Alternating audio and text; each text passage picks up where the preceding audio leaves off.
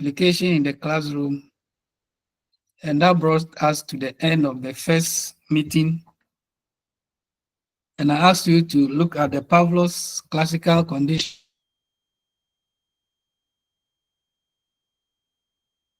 theory, and that is what you learn about these theories so far as teaching and learning are concerned.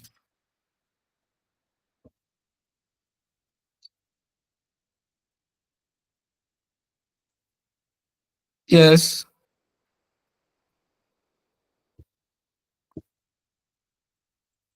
Hello.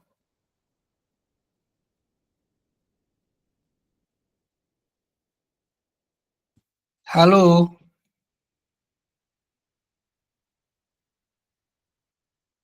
Hello.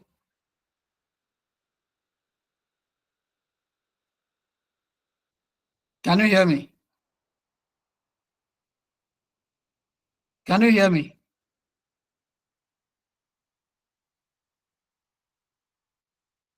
Hello. Yes, we can hear you, sir. Please go on. Yeah, let me hear from you what you learned about the three theories that I asked you to find out last week. Pavlov's conditioning theory, and then the B.F. Skinner and Gestalt.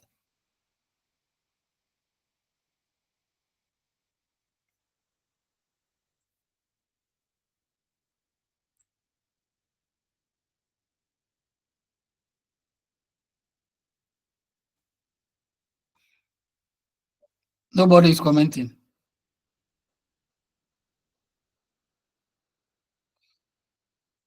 Okay.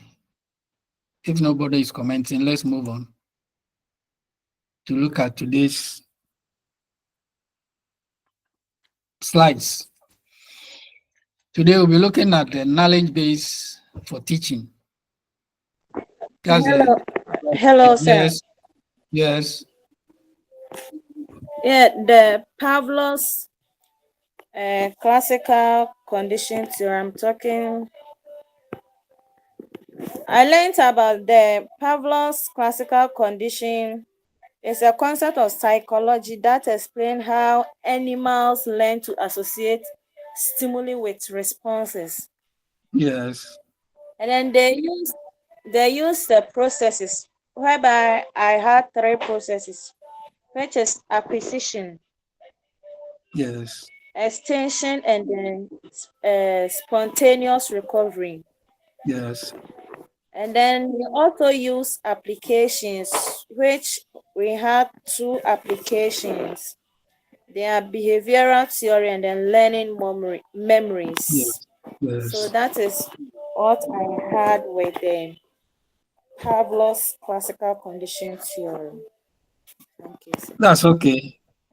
Pavlov's looked at how, or his theory focused on how organisms learn through association, as you rightly put it. What about the B.F. Skinner and the Gestalt?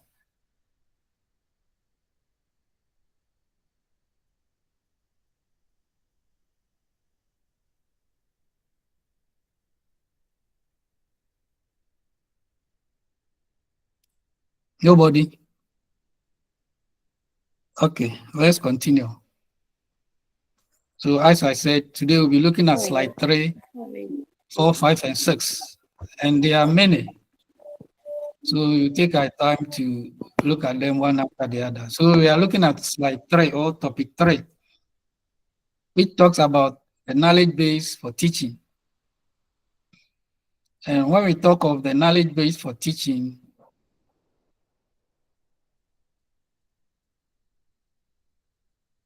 we are looking at the basic skills that a teacher requires in teaching.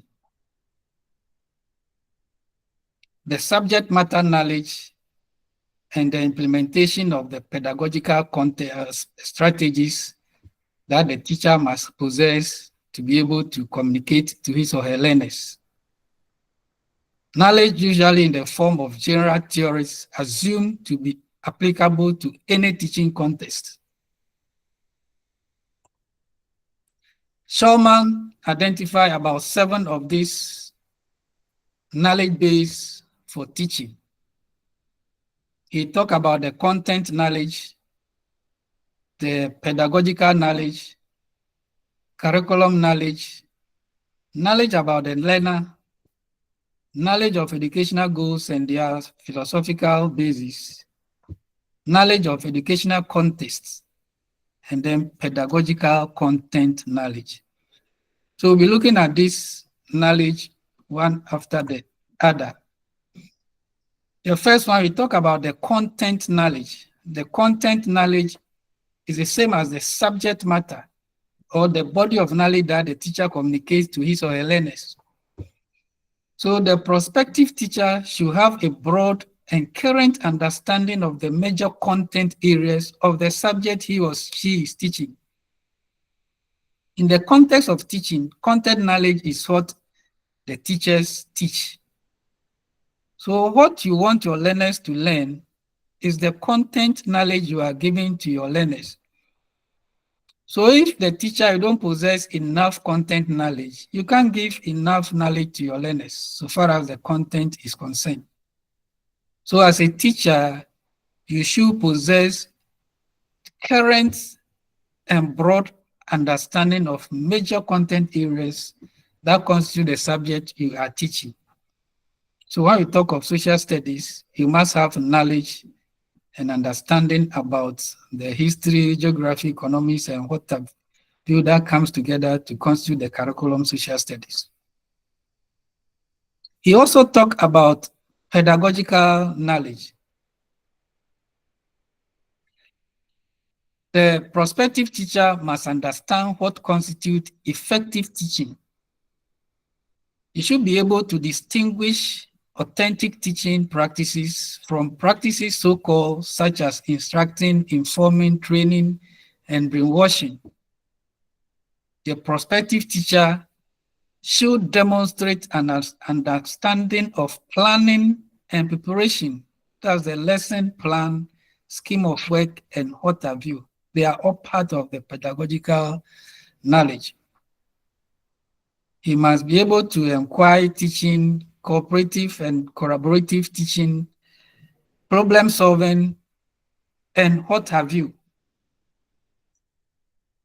He also talked about knowledge about the curriculum or the syllabus that the teacher you are going to use to teach. You must have knowledge about it. You can't just enter the classroom and teach without knowing what the curriculum specifies in it. Teacher must possess a broad understanding of the practices of the subject he or she is teaching as reflected in the aims, goals, and objectives of state, national, and international teaching standards. So when you pick your syllabus or your curriculum, they have broad aim, goals, objectives that you have to achieve. You must understand what the profile dimension in the various levels means and how you assess your learners. So you must have knowledge about the curriculum or the syllabus you are using to teach as a teacher. He talks about knowledge of the learner. This refers to the teacher's engagement with his or her student learning processes, considering their physical, psychological, and cognitive characteristics. You should know your learners as a teacher. So as a prospective teacher, you must be aware of the psychological basis of effective teaching. You must also demonstrate an ability to come to know students as individuals, assess their knowledge and background, and show a willingness to work with parents to serve the best interests of these learners. So our work as teachers is not limited to the classroom. We follow the learner to the parents, and whatever challenges, problems we have identified from the learner, we share with parents, and if possible, we suggest how they could solve the issue for the learner. So our work is not limited to the classroom. He also talked of knowledge of educational goals and their philosophical basis. And this implies that the social studies or whoever teacher needs knowledge about the educational system in the country he or she is teaching, the principles and the social expectations that are required to sort out as educators. So you should know the educational system that the country is running, the principles and expectations by the parents, the educators, and whatever in the country. He talks about knowledge of educational context. This includes the characteristics of schools, classrooms, communities, and culture, because the schools and the classroom are in the community and they have certain culture. And as a Ghanaian or as a country, we have our own cultural differences, but we have some common ones that cut across. There are three main types of this school system, which are the centralized, decentralized, and the flexible school systems. In the centralized school system, curricular decisions are formulated at the national level.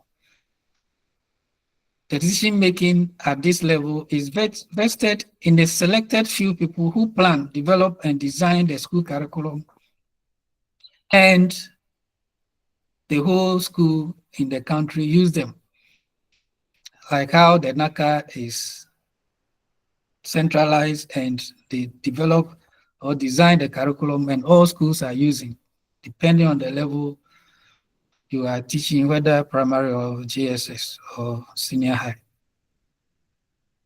In the decentralized school system, curricular decisions are taken at the school district levels. So the school district level take decision, taking into consideration the environment in which they operate and the cultural practices in that area and what have you. And then the flexible school system, there is one centrally designed curriculum which is made available for the school district to adapt.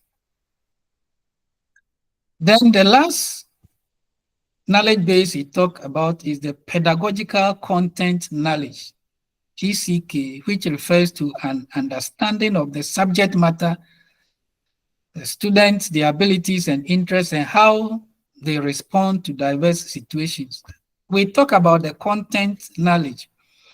So as a teacher, if you have the content knowledge and you don't have the pedagogical knowledge, you can't communicate or impart knowledge to your learners, even though you possess the content knowledge.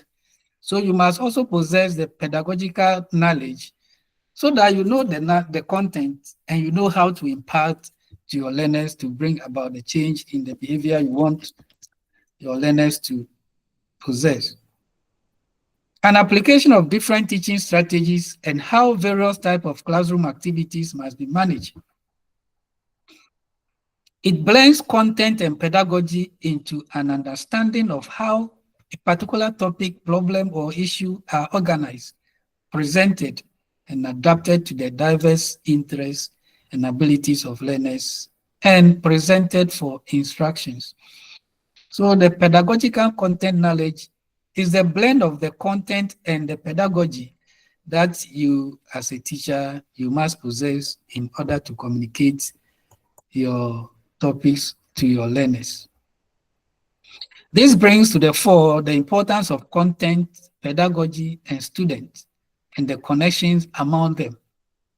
It does not refer to a simple consideration of content and pedagogy in isolation, but rather to an amalgam of content and pedagogy, blending the two, thus enabling the transformation of content into pedagogically powerful forms so that you can deliver your lessons to your learners.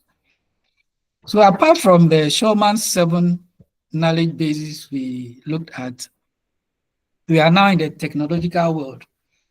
So we are now adding technology into the various knowledge. So we have the technological content knowledge. This knowledge is knowledge of how technologies can be used to build on existing knowledge to develop new knowledge. So we use technology to find information or new information to add to the existing ones that we possess to be able to get enough content knowledge to impart to your learners. Difficulty or easy concept and how technology can help redress some of these problems. Some of the information or the content may be easy, some may be difficult. So when you apply this technology, you'll be able to solve some of these difficult content areas that you don't have enough knowledge of.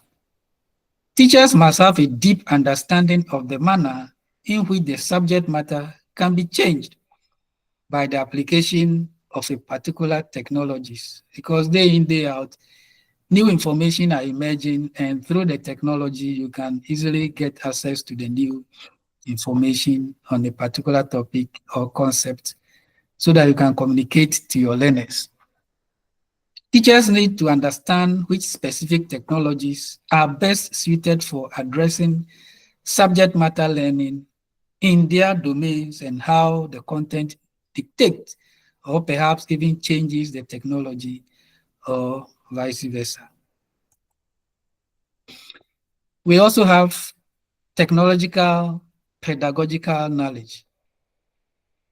TPK is an understanding of how teaching and learning can change when particular technologies are used in a particular way. It can change the way we teach so far as the face-to-face is concerned and what have you. This includes knowing the pedagogical affordances and constraints of a range of technological tools as they relate to disciplinary and developmentally appropriate pedagogical designs and strategies. So as we are applying the technology so far as the pedagogical knowledge is concerned, it will inform us how to use them and the challenges that comes with it and how we can remedy or solve some of these challenges. We also have technology, pedagogy, and content knowledge. TPAC is an emergent form of knowledge that goes beyond all three core components, that's the content, the pedagogy, and the technology. Technological pedagogical content knowledge is an understanding that emerges from interaction among content, pedagogy, and technology knowledge. Each situation presented to teachers in a unique combination of these three factors: the content, the pedagogy, and the technological knowledge. There is a diagram that you see the connections between this technological knowledge and content knowledge and the pedagogical content knowledge. That is the way they interact to help teachers get enough knowledge through the use of these technologies to communicate to their learners. We have the need for pre-service teacher training. As teachers, you have to undergo pre-service teacher training, which in those days, set A, set B, and all those are now from diploma to degree and what have you. So pre-service teacher preparation in teaching is needed for the following reasons. One, the content area of the course is different from the methods you use to teach. Knowing the content alone cannot help impart knowledge to students. Therefore, the systematic way of approaching it should be mastered. Two, imparting knowledge requires skills, which must be studied. And you can only acquire these skills through the pre-service teacher training. When you teach your peers, you go for art program, the teaching practice, and what have you, to acquire these skills. These skills are taught during the pre-service training. For example, marking papers, setting questions, preparing a lesson plan, motivating students in the classroom, how to manage the classroom, and what have you. They are all things that we learn from the pre-service teacher training. That's why you can distinguish between somebody who has acquired these skills through pre-service teacher training and somebody who has not, because you have to learn them during the pre-service teacher preparation. The teacher becomes self-confident as he goes through the pre-service training. Yes, as you start the peer teaching in the school, you begin to identify your weaknesses and then you'll be building on it. And when you go out to the live classroom, then you can now be gathering the confidence in yourself because you are handling the subject alone with the children in front of you. You have to prepare your own lesson notes, how you use your teaching and learning materials and what have you. They are all acquired during the pre-service training. And by that time, you begin to become confident in yourself. The prospective teacher gets to know what to do, how to do it, when to and where to teach. And we acquire these skills through the teaching practice, as I've mentioned. Then knowing the methods makes the teacher effective in communicating his ideas or his content to the students. So if you have the content knowledge and you lack the methods of impacting, you can communicate effectively the content you have to your learners. So the pre-service teacher is taught how to lower his or her voice, communicate using gestures to get students' attention. Teachers get to know the generic teaching competencies, which includes classroom management, how you ask questions, that's distribution of questions, who to call to answer, and what have you, as well as methods, techniques, and strategy of teaching. Then the student teacher becomes professional in his or her field. As we talk as teacher or teaching as a profession, it is through this acquisition of these skills that makes you a profession. So the teacher becomes a professional in his or her field. Specific ethics, which are unique to those who have gone through the field, are inculcated in the student teacher. Examples: acquisition of methods of teaching, class management, motivational skills, and lesson preparation, marking of scripts, setting of questions, and what have you, are all acquired during the pre-service teacher preparation. So this is the end of Unit 3. If there are questions you ask before we move on to Unit 4, 5, and 6, which are very many. Any question? Any question?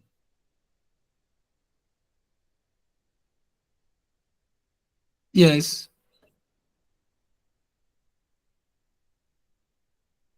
Okay, let's move on. Silence means you have understood everything. We are now going to look at methods of teaching. Methods of teaching. The term methods is an orderly procedure for executing a task, which is simply a way of achieving your aim, especially in a systematic way. In terms of teaching, it is the arrangement of the subject matter in a systematic manner. The method is the approach that the teacher uses to transmit information or the subject matter or the body of knowledge to the learners. So when I talk of method of teaching, it is the teacher's overall approach to teaching. You can give one topic to two different teachers. Their approach to teaching that same topic will vary. When I talk of method of teaching, It is the teacher's overall approach to the teaching. Techniques of teaching. Techniques are the specific activities that are performed by the teacher and the learner in order to attain that stated objective. So in your learner plan, if you state that you use role play is a technique. It's a specific activity that you, the teacher, and the learners will use to achieve a particular objective. If you indicate a technique that you use small group discussion, it is a technique that you will use with your learners in the classroom. If you state that you use brainstorming, it's a technique that you and your learners will use to achieve a particular objective. So techniques of teaching are the specific activities that you, the teacher, and your learners, you perform in the classroom to achieve a stated objective. Those specific activities performed by the learner are the learning activities. So brainstorming, role play, question and answer, writing notes, and all those things, they are activities, they are techniques that you employ in the classroom to help you achieve a particular objective.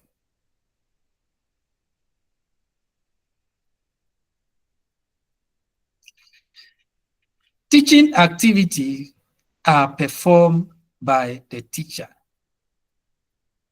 Example, dictating notes, supervising students' work, and whatever. That's why we have teacher-learner activity. So you, the teacher, there's an activity that you perform, and the learners will also perform another activity. And through the two of you interactions, you'll be able to achieve the objective that you stated for that particular lesson. So there is an activity that a teacher will perform, and there's an activity that the learner will perform. So if you are using a technique like demonstration, you, the teacher, you have to demonstrate before you call the learners to also imitate what you have demonstrated. So there is a role you play, and there are roles that the learners will also play. That's why it's a teacher-learner activity. And they all form part of the techniques we employ. Then we talk of strategies of teaching. The strategies, they are the sequencing of the techniques and methods of teaching in the classroom. So if a particular lesson, you want to use techniques of brainstorming, role play, and discussion in one lesson, the ordering of these techniques becomes the strategy. So you have to brainstorm first, the role play, then they discuss the role play, the characters and whatever. Then you have arranged them very well. Then the sequencing is very well. But if you don't arrange it well, and instead of brainstorming, you are using discussion, instead of discussion, you are using role play, you will not achieve the stated objective.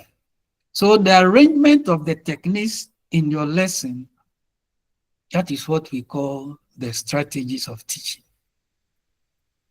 So strategies are the orderly arrangement of the methods or techniques a teacher has chosen to transmit knowledge to his or her learners. For example, if a teacher chooses discussion, lecture, role play, debate as techniques, the orderly arrangement or sequencing of these techniques becomes the strategies. It varies from teacher to teacher. As I said, if you give one topic to two different teachers, the approach will differ. Techniques can also be sequenced as stated in the example. Types of method of teaching. Basically, there are two methods of teaching. You place them in the continuum, one end and the other end. So one end becomes teacher-dominated methods where he used lecture demonstration as the techniques, because the teacher will do most of the activities than the learners. So it becomes teacher-centered method. Then at the other continuum, most of the techniques, the learners will be performing them more than the teacher. So if you talk of role play, the learners will be acting part or whole of the person in an imaginary way. They are performing those activities. If you are talking about debate, the learners are doing more of it. If you are talking about small group discussion, the learners are discussing among themselves. So it becomes what? Learner-centered method. And in the model of this continuum, if you are using a whole class discussion, the role of a teacher and the role of the learner are almost the same, are almost equal. You are all participating so far as the whole class discussion is concerned. Because you, the teacher, you are leading the discussion, the whole class discussion. So at that point in time, the role of the teacher and the role of the learner are almost equal.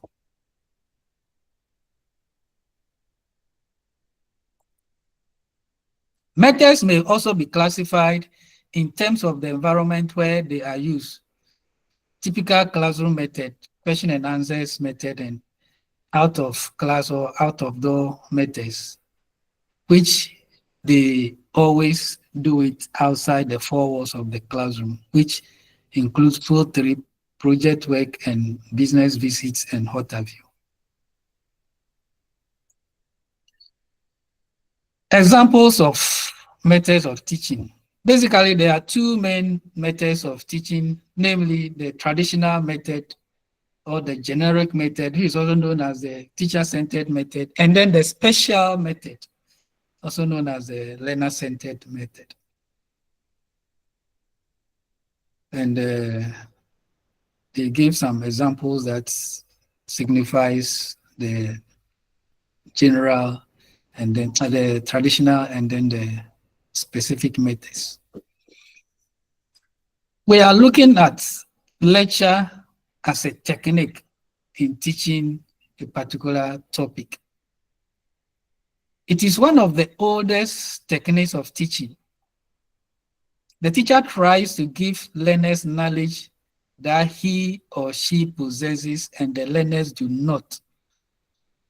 That's why we talk about the content knowledge. So it means that you, the teacher, you have some store of knowledge that the learners don't have, and therefore you want to relate those information to your learners. The intention of the lecture techniques is to present basic facts or concepts to comparatively large group of students. The lecture techniques has been described variously as teacher-dominated, teacher-centered, and teacher activity techniques. And indeed, lecture technique is teacher-centered because you are giving the information and learners are listening and taking down notes, and maybe once in a while they ask questions. So that is the lecture techniques.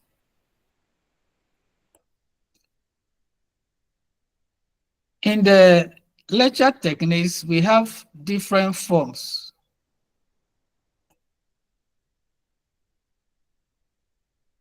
We have lecture provocative or provocative lecture. This provocative lecture, the teacher brings out issues or ideas which the learners have already acquired. They evaluate it and attempts to help students get a higher order cognitive process of that knowledge. Maybe they have knowledge about HIV/AIDS, but they don't have detailed knowledge of HIV/AIDS. So you help them ask series of questions for them to what? Respond to find out whether they possess such knowledge. If they don't possess, you help them to get that higher cognitive process of that knowledge on that concept that you want them to have more knowledge on. For example, facts, comprehension, application, analysis, synthesis, and evaluation, and what have you. Another form of lecture is lecture demonstration. In the lecture demonstration, the teacher makes use of teaching and learning resources like diagrams, like charts, like maps to explain issues raised in class to help learners form mental expression of what the teacher is teaching. So in the lecture demonstration, as you are lecturing, you lecture with the use of the teaching and learning materials that you have to help learners to understand whatever you are communicating to them.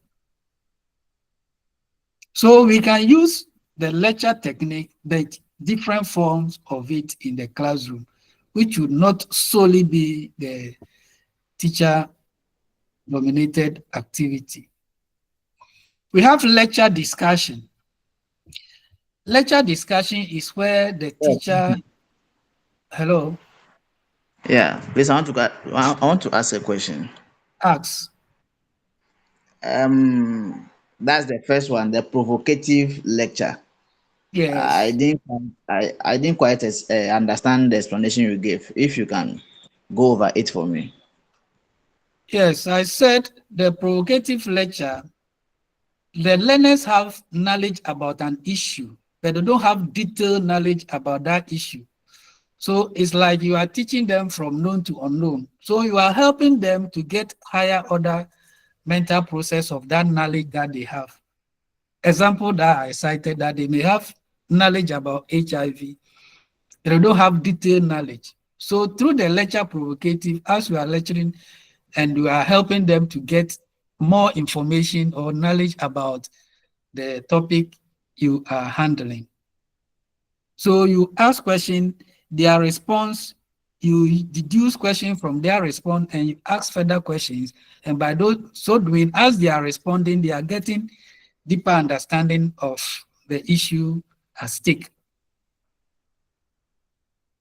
Are you okay? All right, thank you. Are you okay? Yes, sir. Yes, sir. Okay. So we are talking about lecture discussion.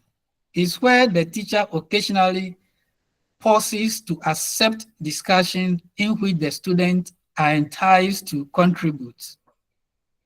The discussion in this sense should be short so that it will not distract your lecture, the flow of your lecture.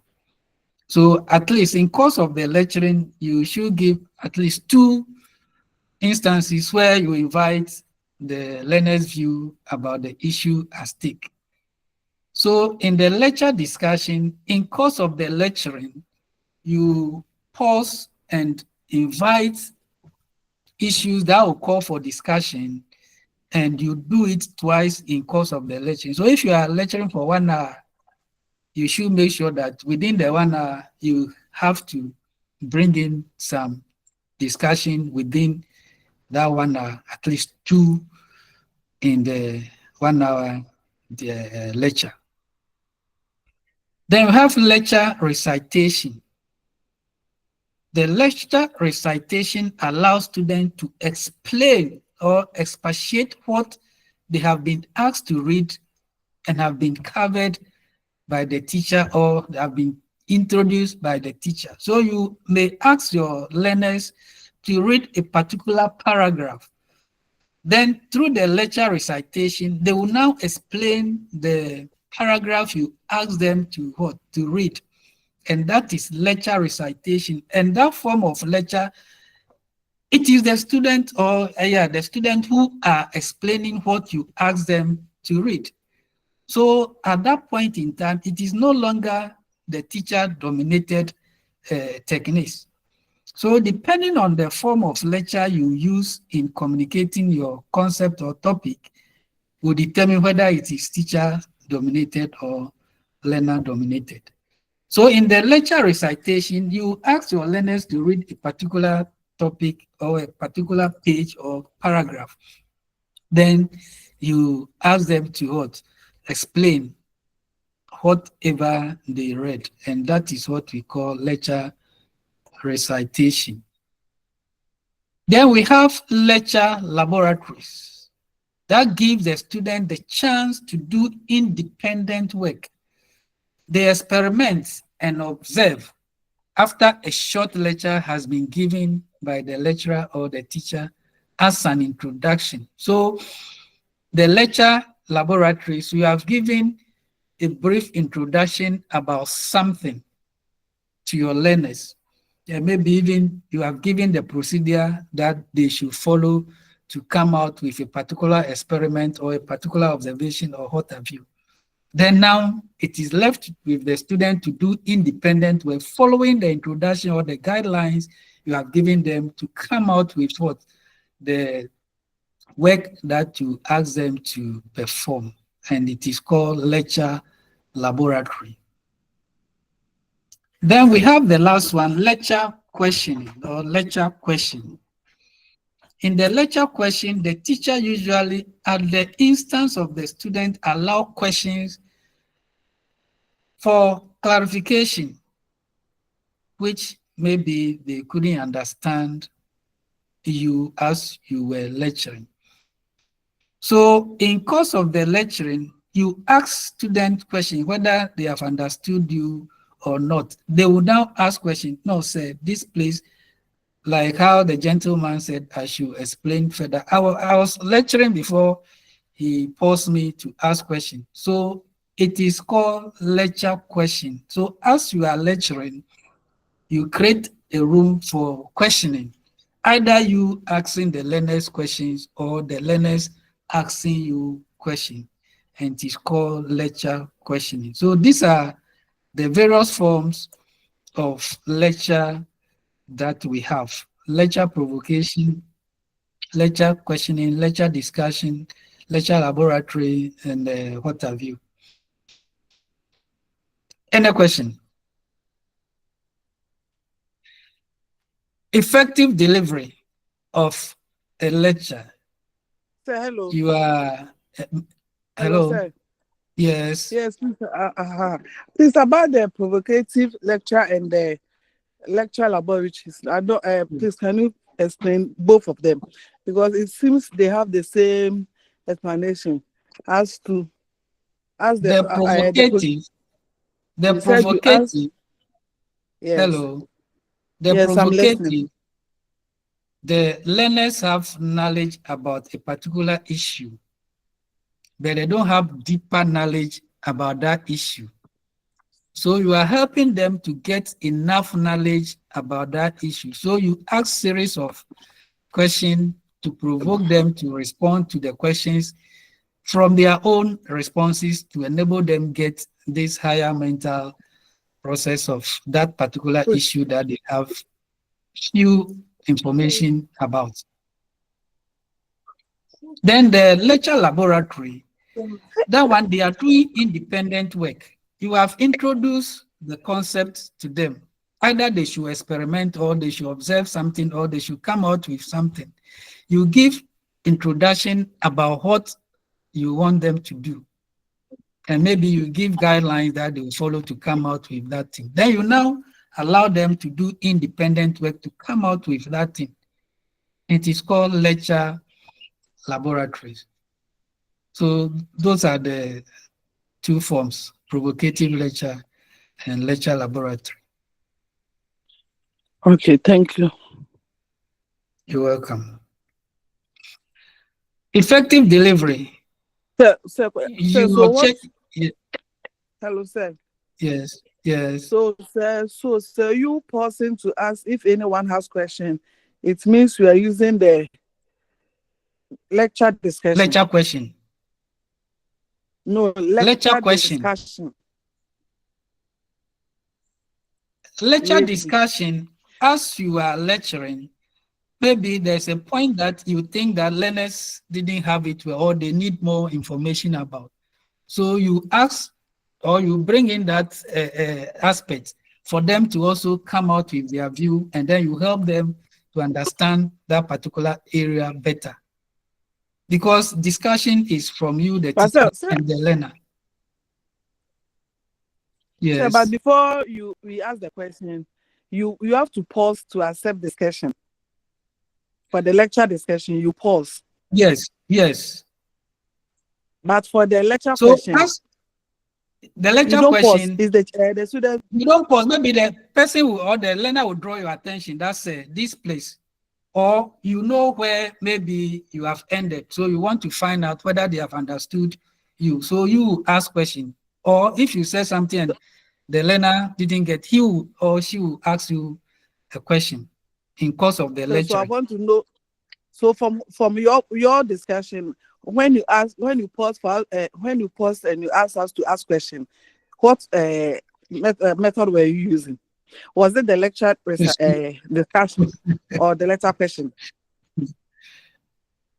I didn't use lecture discussion here because there's no interaction between you and me. I only use lecture Oh, question okay. because I asked you whether you Oh, okay. understand it or any question. Oh, okay.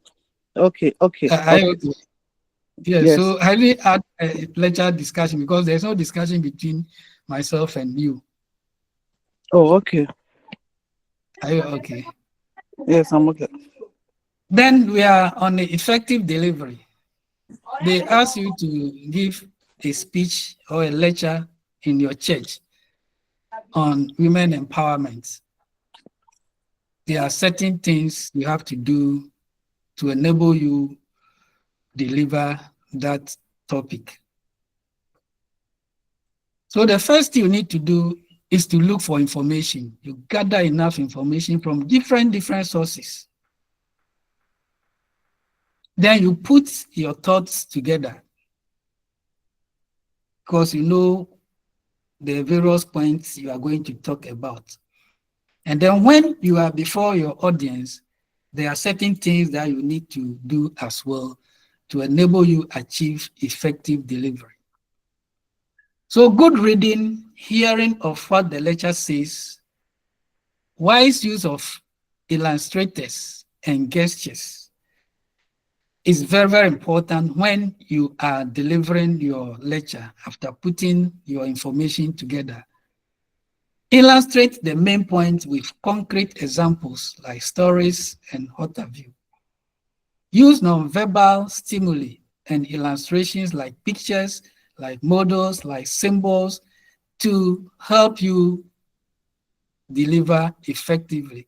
And when you are using those things, you are using what? Lecture demonstration. There must be the possible elimination of misplaced and multiple pauses.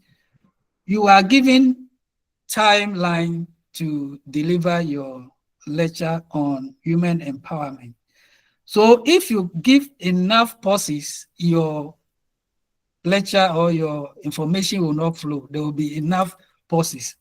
That's why I said if you are using lecture discussion at least twice in course of your delivery, the teacher must have audible voice. If you don't have the audible voice and the people are many, you have to resort to the use of what, the microphone so that the people can hear you. You must develop the lecture content in logical sequence that can flow. As I said, the beginning, you have to put your information together from different sources. Which one should come first, which one should come second, and whatever, to enable you flow on the topic women empowerment, so far as they invited you to give that speech to your audience. There should be good speed in your lecture delivery because you are given a time to finish your information. So the speed of the lecture should be that students will be able to write and should also deter them from sleeping. You shouldn't be too fast because you are communicating to them. You shouldn't be too slow. If you are too fast, they can't understand. At times, they put down the salient point from your delivery. And if you are too slow they will begin to sleep. So you must be at the model. And in course of your delivery, there are certain points that you have to raise your voice, and there are certain points that you have to reduce your voice. So by so doing, they'll be active in following you to the end of your delivery. Then we have the use of appropriate language. You should know the level of people you are going to give the lecture or the information. So you should have to consider the language and understanding level of your learners or your audience. In course of delivering, you don't repeat yourself constantly unless you are raising a very important point that you repeat yourself. Then you have to conclude your delivery. So the main point that you raise, you summarize it as your conclusion. So this how we follow to give effective delivery so far as the use of lecture is concerned. Advantages of lecture techniques. We all know that lecture techniques is good for large classes where you can talk and 1,000 people will hear using the microphone and whatever to communicate. It enables the teacher to cover more content. So if you are hard up, you use the lecture techniques and you can cover more topics. And the disadvantage is that the more you cover doesn't mean that the learners will also learn all those that you cover. 3, students obtain an initial outline of a topic which acts as the overall framework for further research. So they'll be able to get some points to enable them expand those points. Teacher makes available important material from various sources, which may be difficult to procure by the student because you are aware that the information, they may not have the source, so you have to look for the information. As I said, effective delivery, you have to prepare by getting enough information from different sources to communicate your topic or your information to your audience. So they will have the opportunity to get the materials that if it is them alone, they will not get access to. It also helps students to take notes, short notes, and later they will expand it. And as you are using the lecture technique, the students are also developing listening skills because as you are talking, they are listening. So they will develop listening skills so far as the use of lecture technique is concerned. Disadvantages, the teacher may be perceived as walking encyclopedia. Yes, sir.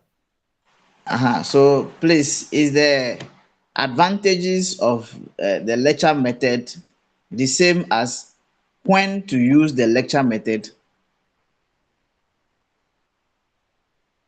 No.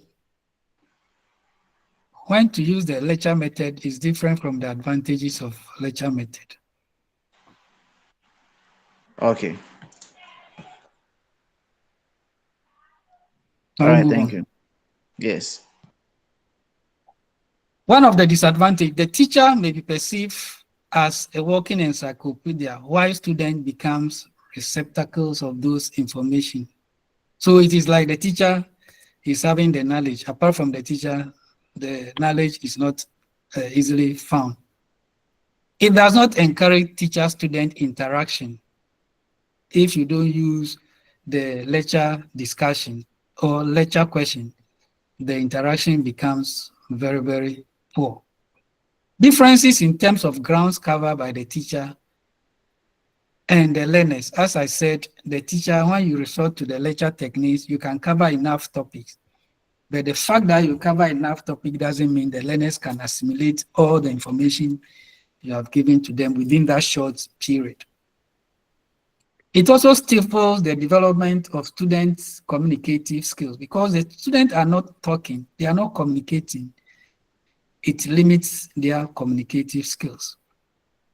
And it also spoon feeds the student because you will look for the information and give to the learners. So they will not make any effort to look for the information because they know you will come out with the information and they will only copy or photocopy or whatever.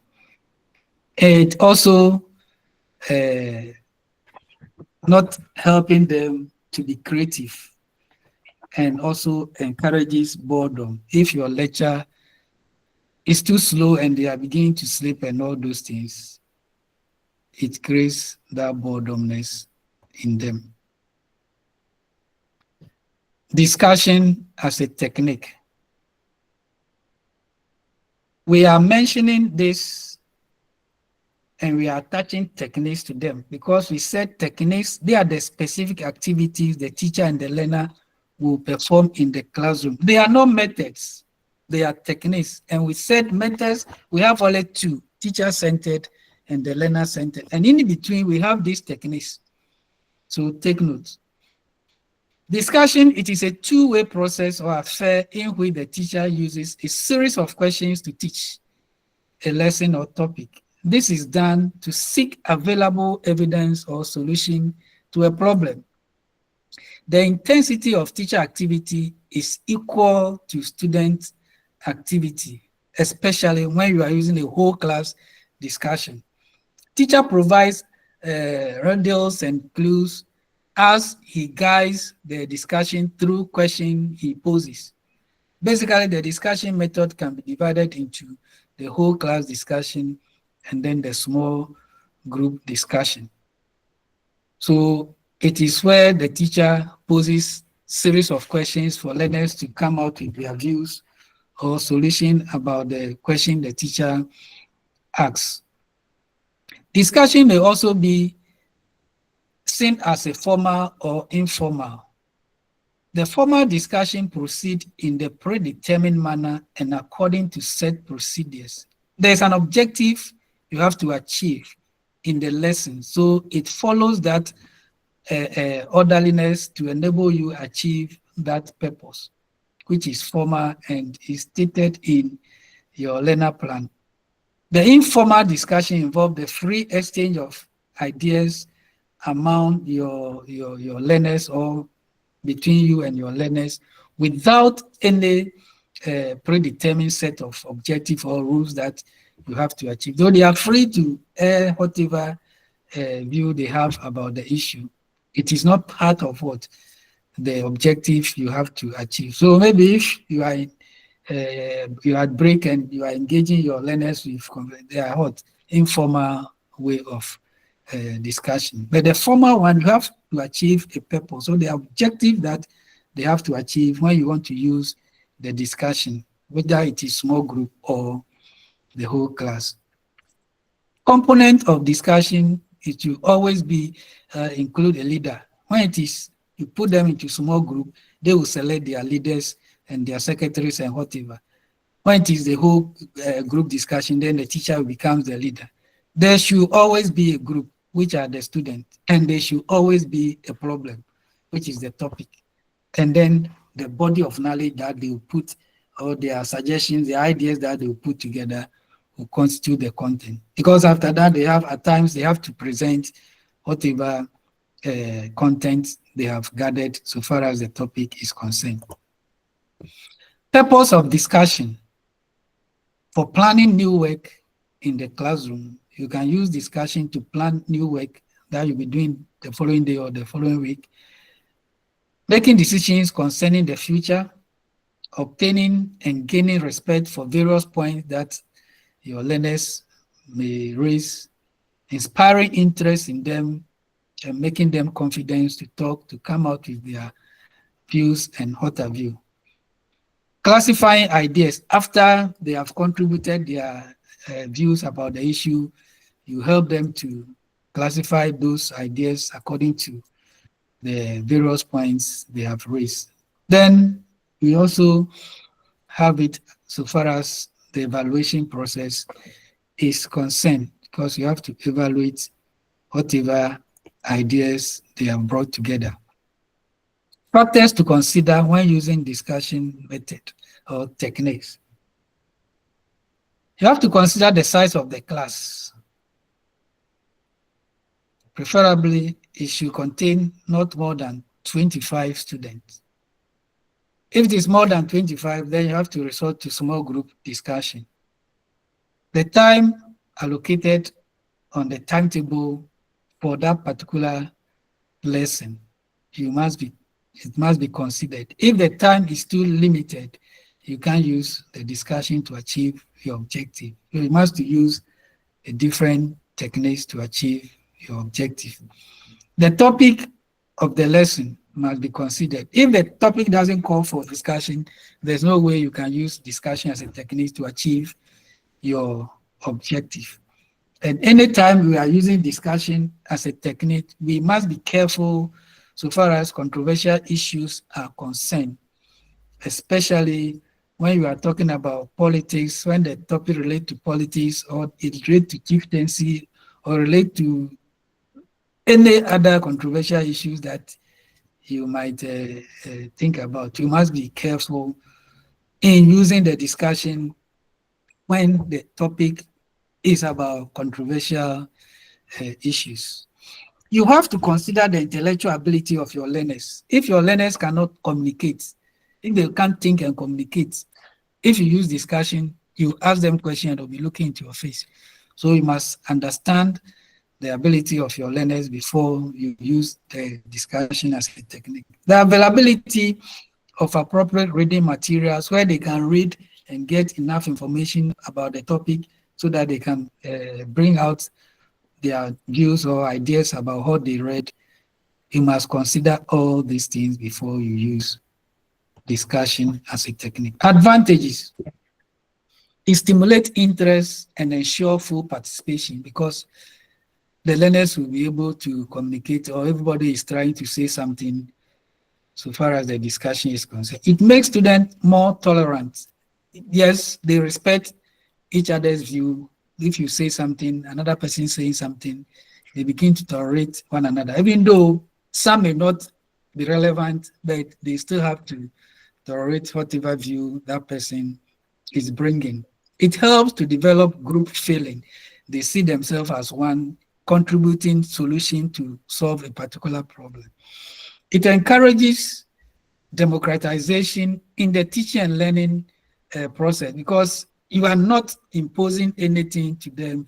They are all coming out with their views, and then you help them to classify these views or ideas, and then it helps them to understand the topic or the concept better. Feedback enables the teacher to adjust his teaching to suit the student in the course of the lesson. So if you use the discussion and the feedback from the learners will inform you whether you should adjust your learning or you should do something about the method you selected or the techniques and strategy that you selected. It develops intellectual self-reliance of students. They will be confident and come out with their views on the issue. Even if their view is not correct, they will still begin to view it. Students becomes confident in identify issues, planning, discussion, them and effective decisions so far as the use of discussion technique is concerned. Disadvantages: some of the students, they fear to talk because they think if they make mistake, their colleagues will tease them. So they will be keeping quiet, even though they may have a good idea, they'll be keeping quiet, the shy type. The method is extremely difficult to use very well if you are not careful or you are not experienced teacher to use discussion, because it can easily develop into so many things when you are not careful. Then the apparent permissive nature of the discussion, everybody is free to talk. If you know you are not careful, the student will say certain things that will turn into Third World War. So you have to be careful when you are using some of these techniques in a classroom. It can easily become pulling of ignorance, even though the students are coming out with their views, their ideas, but the views and the ideas are not relevant to the topic. So when it happens like that, you, the teacher, you may waste your time and the student time without achieving the purpose of the use of the discussion. Discussion can be easily discursive. Instead of using it to achieve a particular objective, it can just be the informal type, which will not enable you to achieve the purpose for which you use it. So these are some of the disadvantages and advantages of discussion. Can we move on?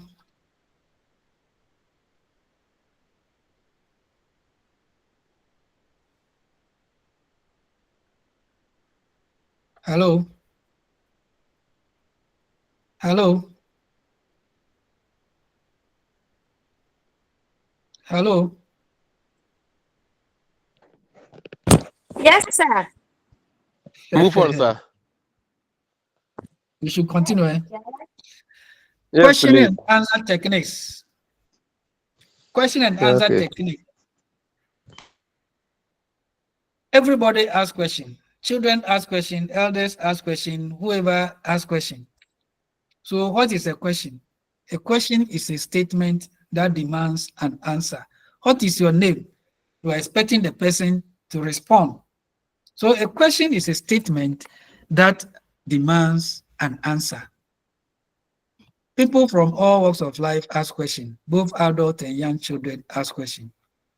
Teachers, judges, lawyers, scientists, and researchers, and whoever.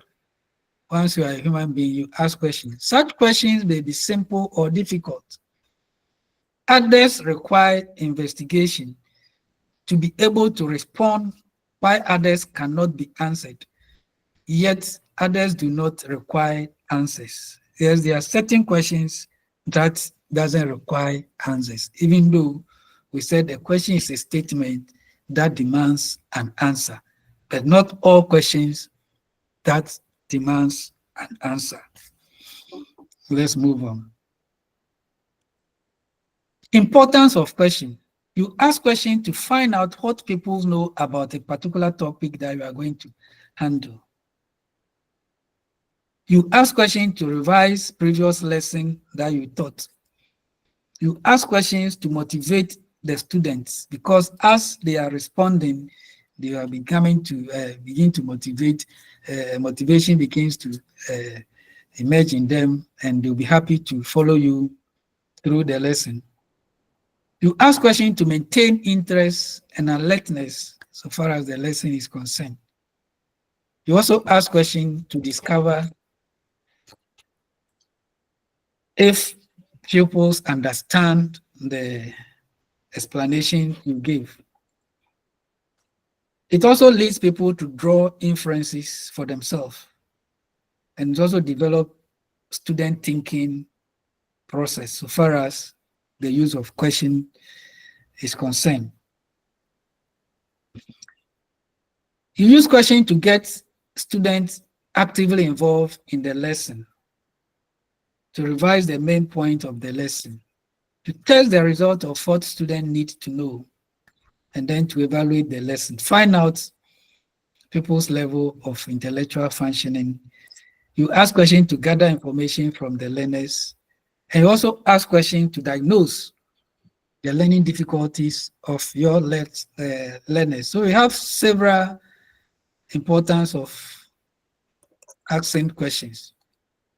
When do we ask questions? When we are teaching in the classroom.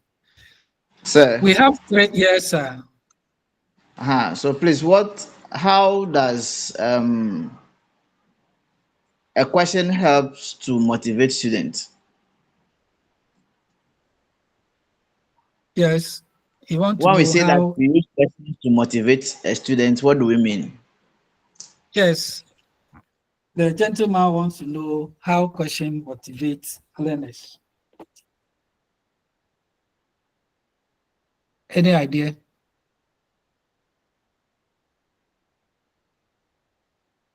You want to know how question motivates learners. Yes, question motivate learners. It's not only the teacher who asks questions. It's not only the learners who ask questions. Teacher asks questions and the learner also asks questions. So if a learner is able to ask you, the teacher, a question, because maybe the relationship between you and your learners are such that they are afraid to ask you questions. Then if that day she or he gathered the courage to ask you questions and you respond to him or her, he becomes motivated to ask further questions in course of the lesson or a different day.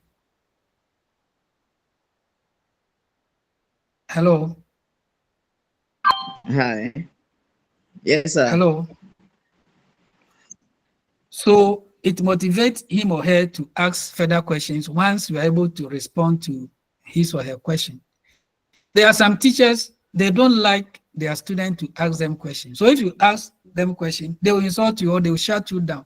And by so doing, you have demotivated that learner, and he or she will find it difficult to ask you questions, even if he or she is not understanding what you are putting across. Are you okay? All right. So in that way, it means that when the student asks a question and the teacher responds to the Yes. question, it maintains some form of interaction between the teacher and the learner, and so Yes. the learner gets motivated through that. To ask, to add, or to ask further questions if there need Okay. be, or on a different lesson. All right. Thank you. You're welcome. So as I said, we have 3 areas when we ask questions when we are teaching. We always ask questions at the beginning of the lesson. During the introduction aspect, we ask questions about what the learners know about that particular topic or concept. In course of the teaching, maybe you are finished with the first objective. You ask question. Do you understand? Yes, no, said this, said that. Then at the end of the lesson, when you have finished teaching, you ask question to find out whether the objective that you state, the objective, not just it's 2, 3, and whatever, the learners understand. So you ask them, yes, today, what did you learn? They will tell you this, they will tell you that. What is this? They will tell you. So in course of teaching, we normally ask questions at the beginning, at the middle, or in course of the teaching, and then at the end of the teaching. So these are the 3 stages that we ask questions when we are teaching. Techniques of questioning. We talk about pre-service teacher training. You acquire these skills of asking questions. Techniques of questioning. The question should be asked first, and then the students ask to what? Respond.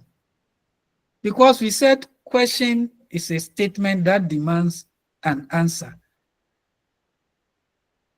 And as soon as you mention the pupil's name before you ask the question, it means the rest will not pay attention to the question because the question is directed to a particular person. So you ask your question general without mentioning anybody's name. And you have to give them time to think about the question because you are expecting a response from them. Then you now call a student by name to respond to the question. At times, it's not all of them who raise their hands knows the answer. He's raising their hand to take your mind from him or her. Those sitting down knows the answer. So call them as well. You say, teacher, teacher. Yes, then you begin to scratch the head. Those sitting down quietly, call them to, they know the answer more than those who always raise their hand. So we always ask questions. We pause, then we call a student by name to answer to the question. We don't call a student before asking the question. Unless that particular person is not paying attention, then you direct the question to that particular person. Questions should be fairly and evenly distributed, not only those sitting in front. You must distribute them, the front, the middle, the corners, and what have you. Enough time should be allowed for the learners to respond to the question. The inability of a child to answer a question should be accepted. So if you ask the question and you give them time and you call a student by name and that person is not able to respond, don't insist that he should by all means respond. No, you jump him, you jump her, then when they respond, you go back to him or her. Yes, did you hear? Repeat it and what have you. Don't force the learner to respond to a question that he or she doesn't have knowledge about. Many questions should not be repeatedly asked at the same time, one question at a time. And your responses, the student responses, you must always comment on their responses, whether the response is correct or is not correct or is halfway correct. Let them be aware Because if you don't comment, their colleagues are also learning from the responses they are giving. So if you don't comment, whether it's good or bad, they don't know whether the responses from the colleagues are good or bad. Questions asked should not be repeated. If you ask your question, ask it once.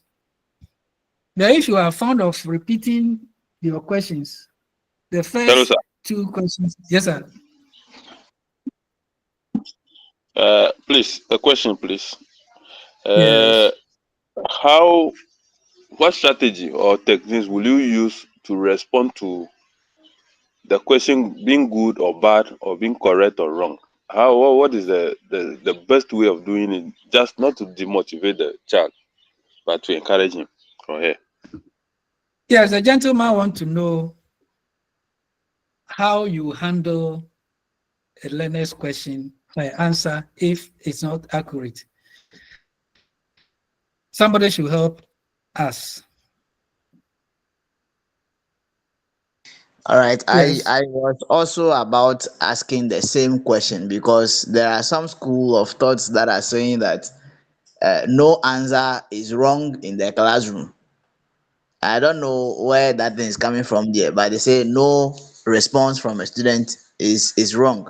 So you should just accept anything a student says. So the question is, how do you then go about it? Because by all means, some responses from students are not going to be right.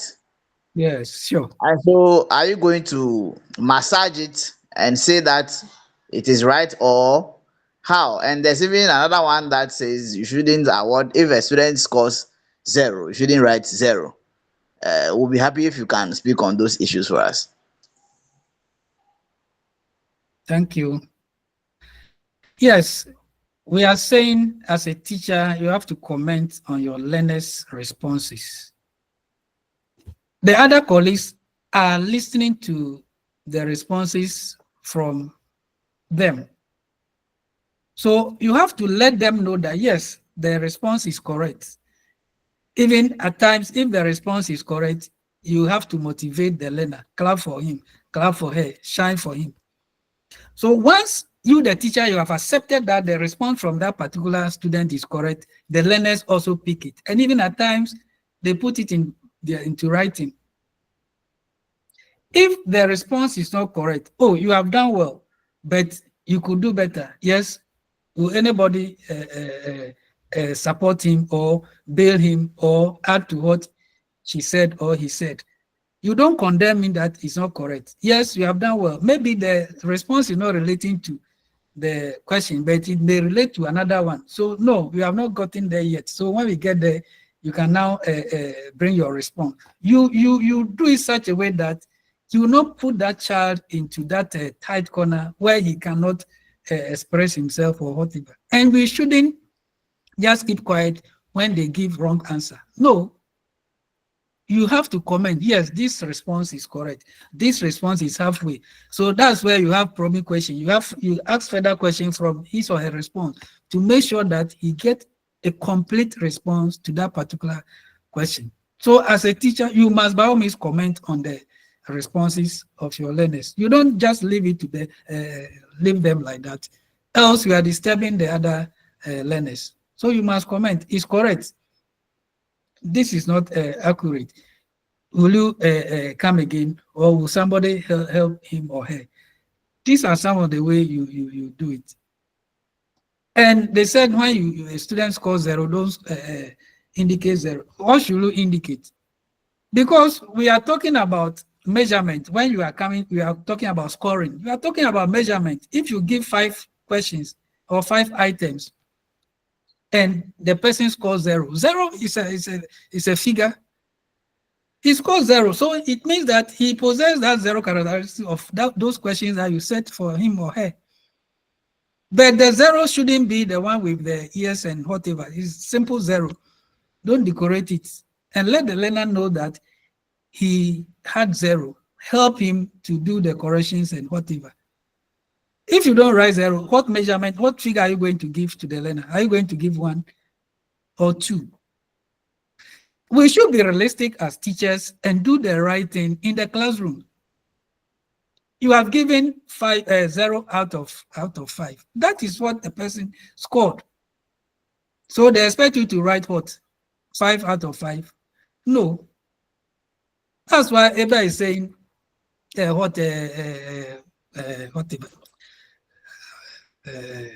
assessment is what? Measurement.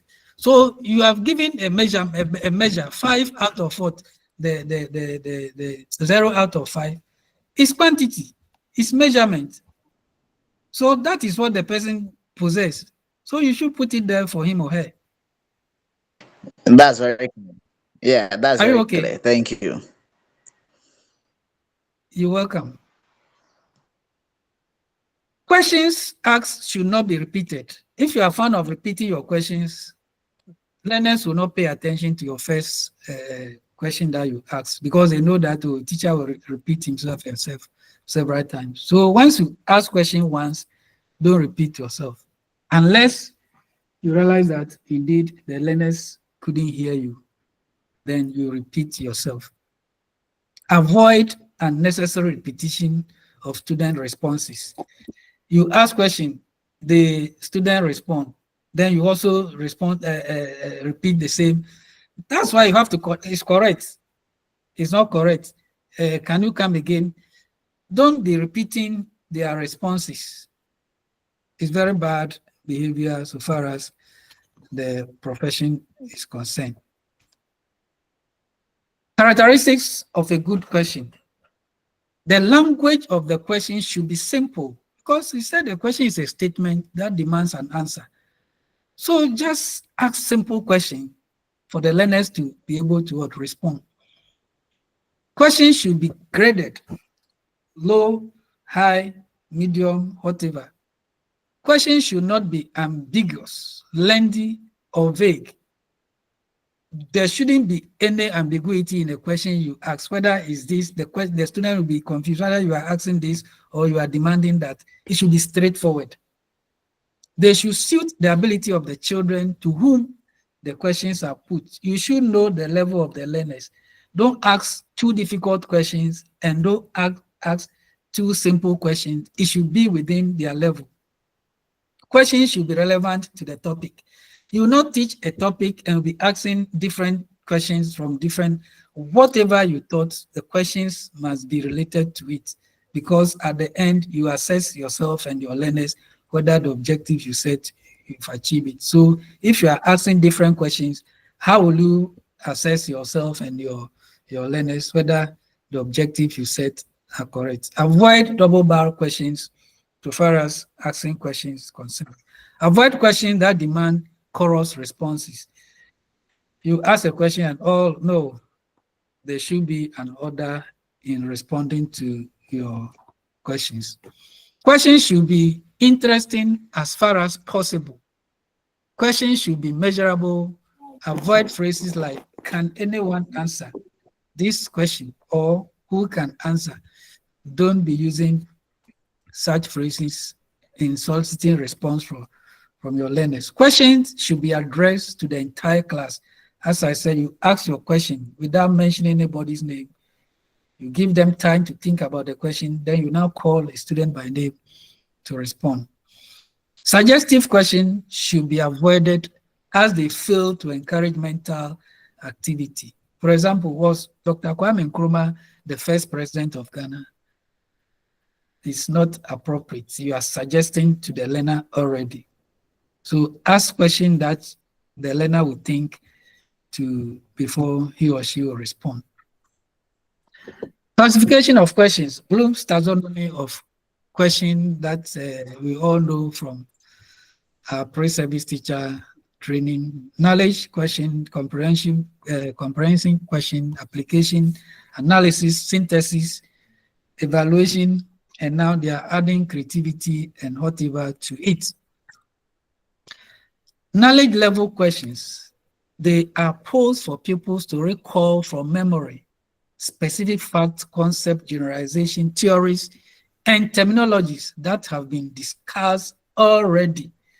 So low order questions are questions that students will just recall or memorize to respond to the question. Words that are usually used in the knowledge level of question include what, who, where, how many, name, define, state, recall, tell, identify, label, and what have you.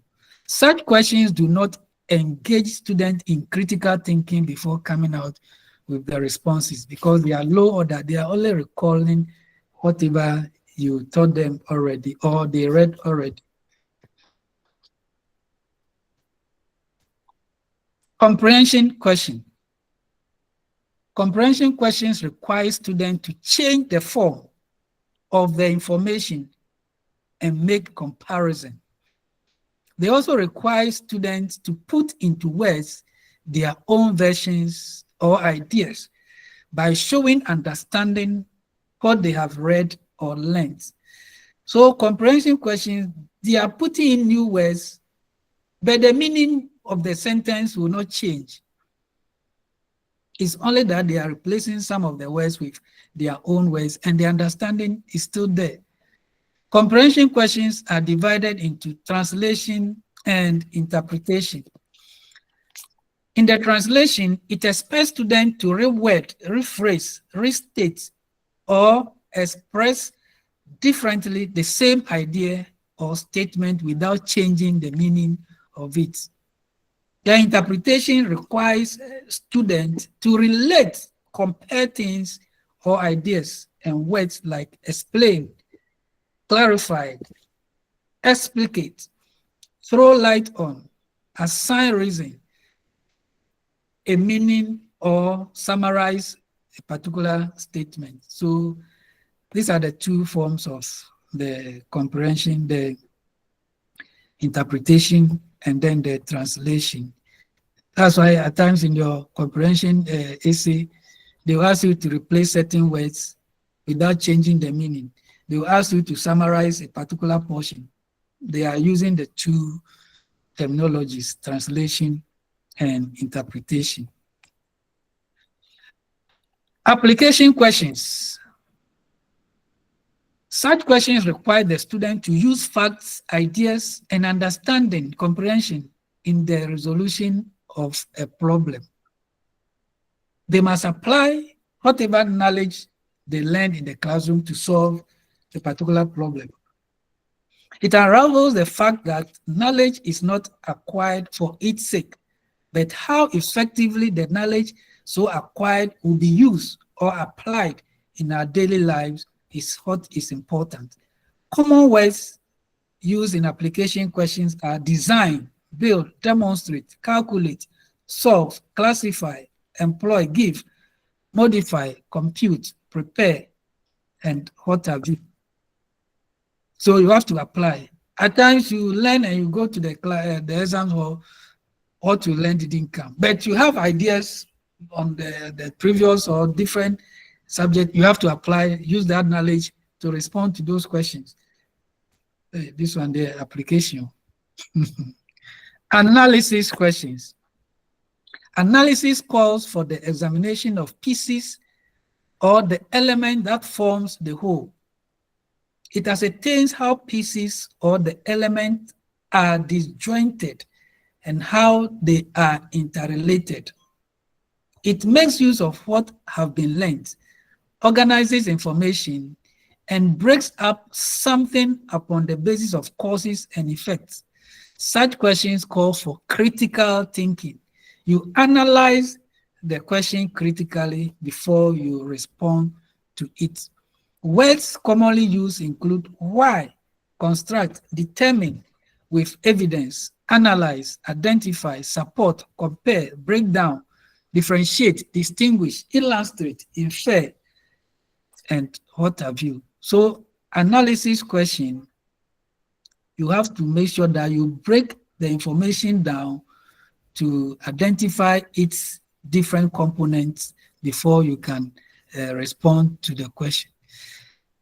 At times, somebody will tell you something.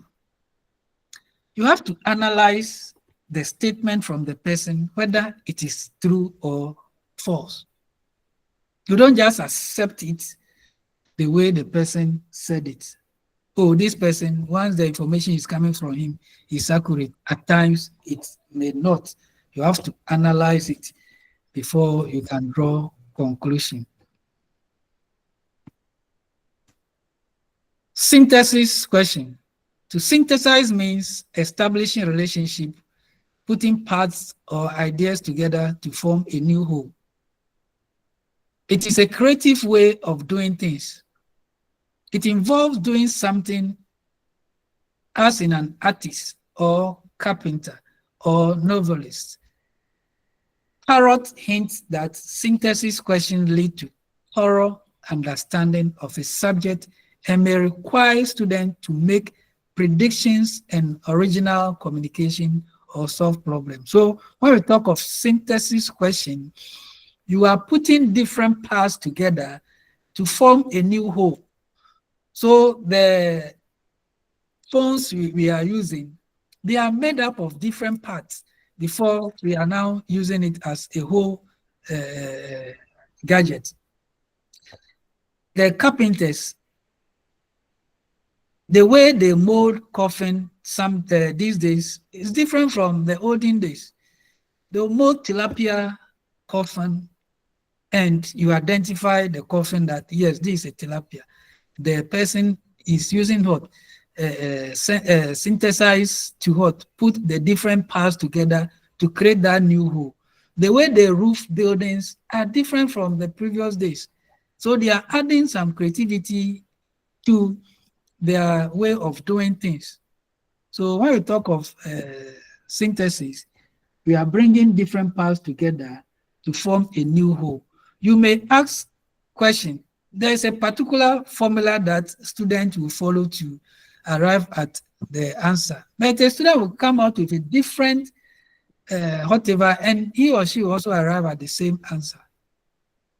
So the person is synthesizing using different parts to create a new whole. The three types of responses obtained from synthesis question are a unique communication, a plan or proposal for something to be done, and development of abstract relationship. Words used in synthesis question include develop, produce, put together, write, illustrate, consult, create, formulate, and what have you. Then evaluation questions. They call for criteria in making and justifying judgment about something. They require choosing among alternative or options and making a judgment. There is no one answer to such questions. Students are expected to organize their thoughts and knowledge in order to take a stand over an issue. Words used in evaluation questions include appraise, evaluate, assess, why, judge, do you agree, on what basis, select, choose, decide, conclude, examine, justify, and compare. So in evaluation question, students are judging based on their stand on that issue. Today is Father's Day. Father and mother. Evaluate the one who is or who you like. The student, one will say the father based on ABCD. One will say the mother based on ABCD. So they are putting or they are judging the two using a certain criteria that they expect from each of them. So in evaluation question, you are judging from two different perspectives. So one person saying the father, another person saying the mother, both of them are correct based on what they expect or they are getting from either the father or the mother. So evaluation questions are always judgmental. You take a stand based on certain traits you found from the question. Other ways of classifying questions. Low order questions, knowledge questions, as suggested by Bloom, may also be classified as factual or memory. It can be used to summarize main points of a lesson during evaluation or conclusion stage. For example, what is the capital town of Ghana? Criticism of lower order question by Parrot. Parrot said that they are overused by teachers. Always, so Parrot criticized the low order question. He said they are overused by teachers, which is true. He said they assess only a superficial understanding of knowledge because it doesn't call for critical thinking. So they only assess the low order thinking of the learner. Much of the material memorized is forgotten because it is recall, it's memorization. So as soon as you finish using that information, at times you have forgotten about because you have just read to memorize and maybe write something and you forget about it. Then high order questions, they demand critical thinking. That calls for analysis, synthesis, application, and judgment by making use of previously acquired facts or ideas, and they are high order questions. High order questions are employed for students to make inferences, to draw sound conclusions, to assign reasons, to give explanations, to evaluate or judge, to evaluate an argument, and to foster imagination and creativity so far as the question is concerned. We have probing questions. The teacher takes probing questions in response to superficial answer. So if you ask a student question and he or she gives an answer and the answer is not accurate or up to, you ask further questions. Statement from his students, thus they are meant to obtain more information about a particular issue, event, or person's answer. The person gives answer that is not totally complete. So you have to ask further questions for the learner to come out with the complete responses, or you ask another person to help him or her to come out with the complete question. Divergent questions. They are the type of questions with no or wrong answer, with no right or wrong answer. It implies that they don't have precise answers. Their functions is basically to draw speculative and creative response from students. For example, what 2 measures will you adopt to curb rural-urban migration? My 2 measures will be different from another person's 2 measures. And all of us are giving solutions to the response. So we can mark one wrong and mark one correct. That is my measure, how I will solve the rural-urban migration. That is how he or she will solve rural-urban migration. Such questions do not have a particular answer, but different answers. And as teachers, even WAEC, they end up setting divergent questions, but developing convergent answers. So if the answer is not in the marking scheme, you have to mark the learner wrong, which is not correct. Because once the question is a divergent question, my view is different from another person's view. And we must accept each of us our views, depending on the question, once it is what? Divergent question. Evaluation or judgmental questions. This type of question call upon students to evaluate and differentiate between alternatives. For example, weigh the notion that geography students devastate the environment more than protecting it. So based on the student's stand, he will take a stand. Yes, geography students devastate. No, geography students protect, depending on the argument he or she will advance. Creative questions. These are questions that demand strong and effective imagination of original ideas. They solicit the creative potentials of students, and usually answers produced need to be explained vividly.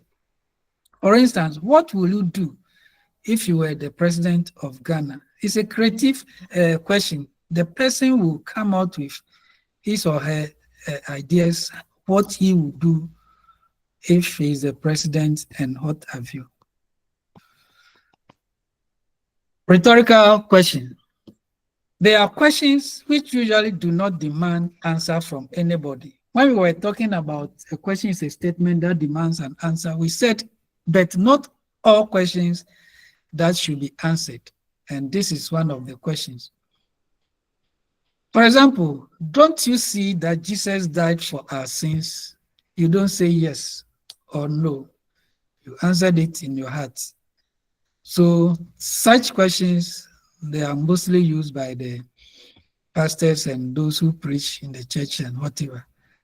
Then we have leading questions. They are used to help a student arrive at the right answer. Such questions are used when students are unable to give the right answer to a particular question. In a way, leading question gives clues to the answer. For example, the mother of Dr. Kwame Nkrumah came from Nkrofo. So you are indirectly telling the students that, because you are leaning, the question is leaning the student to the answer. What is the hometown of Dr. Kwame Nkrumah? You are already informed the learner about the town. Now we'll be talking about these teaching techniques. We said they are all techniques, they are not methods. They are techniques: full trip, storytelling, role playing, dramatization, brainstorming, team teaching, illustrations, demonstration, and what have you.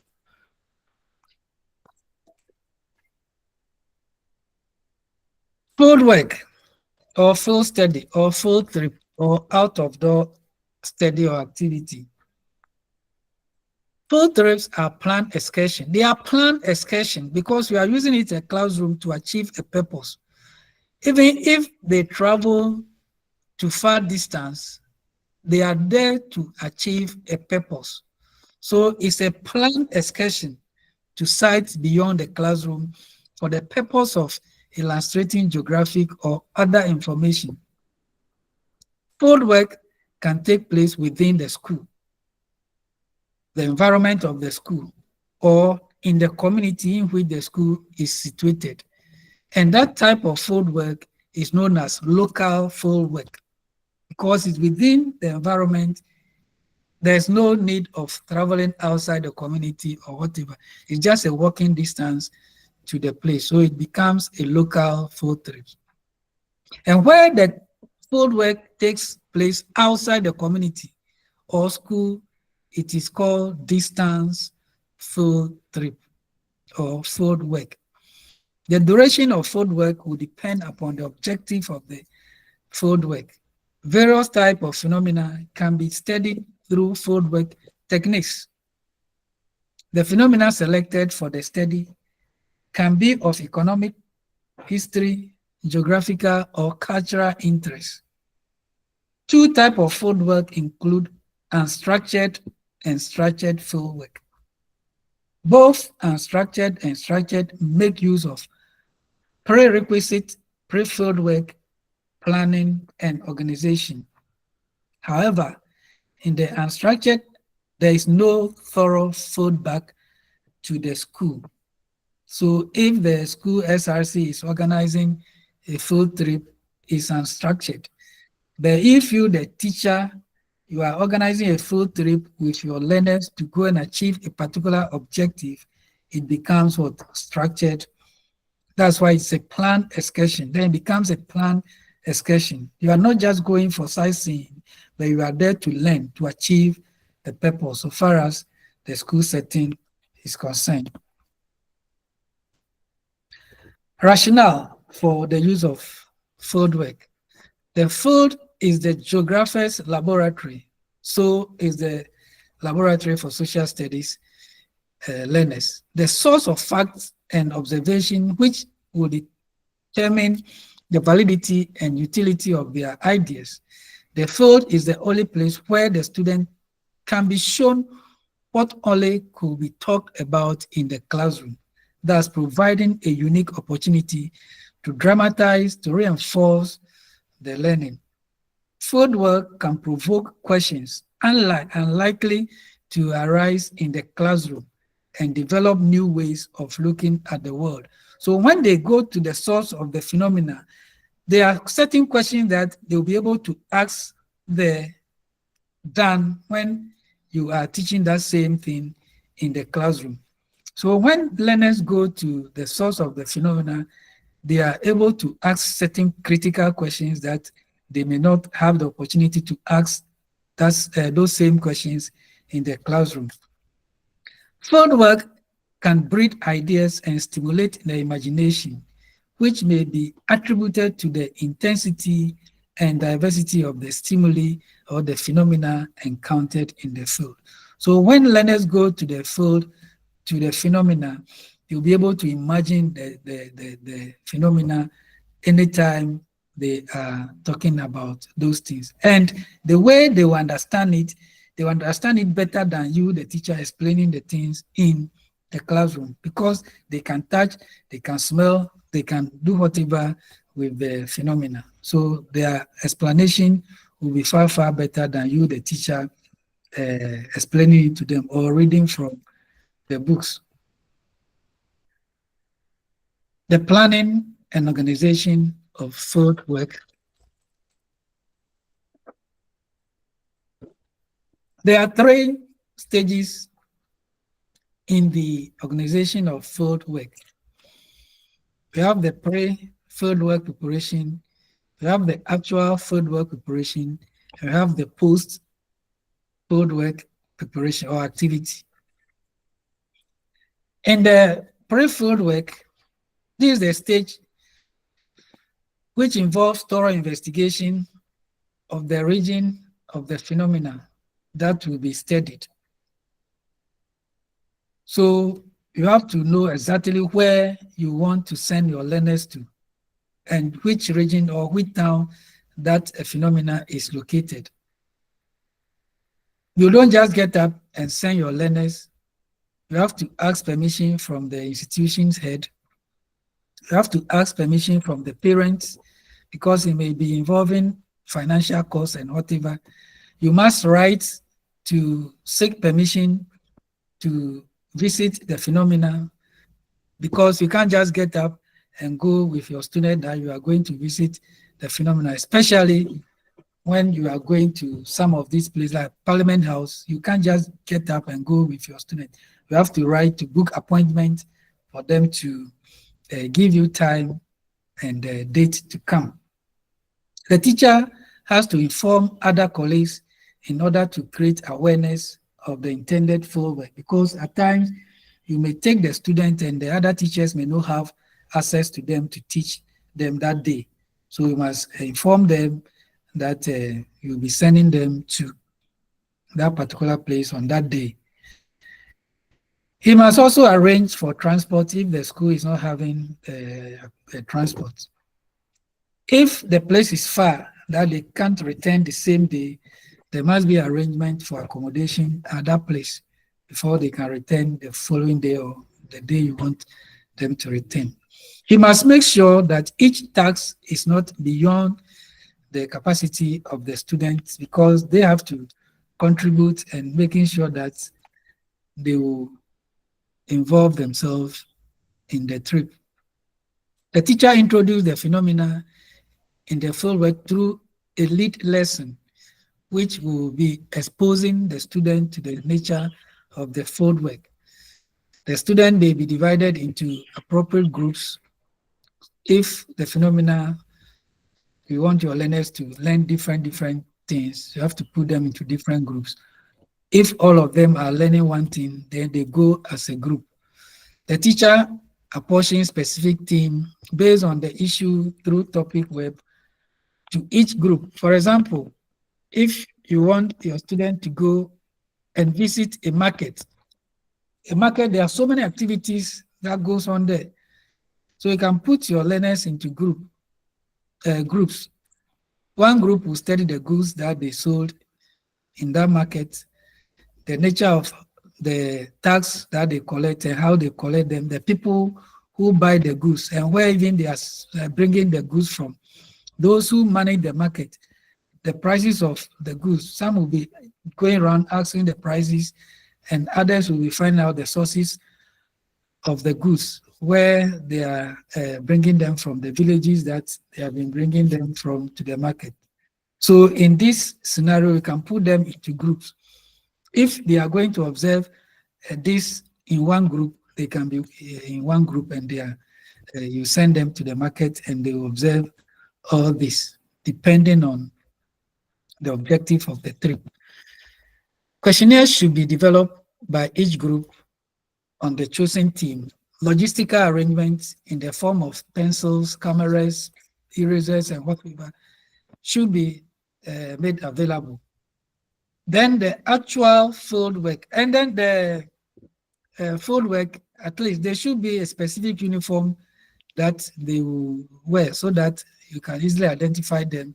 And then you can't control them alone, so you have to get other colleagues to support you and control them when you get there. Then the actual field work, before the car takes off, you should count your learners to make sure you are carrying 20 students to the site.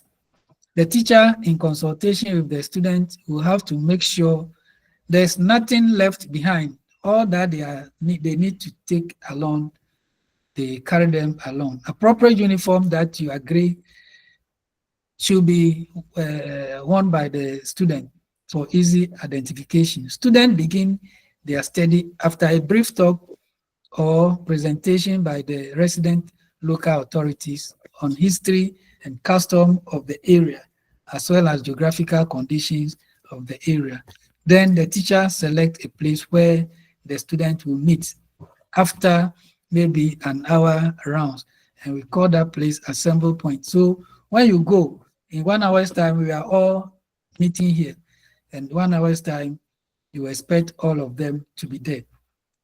Teacher must make a head count at the assembly spot before the actual the field work begins. So maybe some of them may be hiding in the whatever.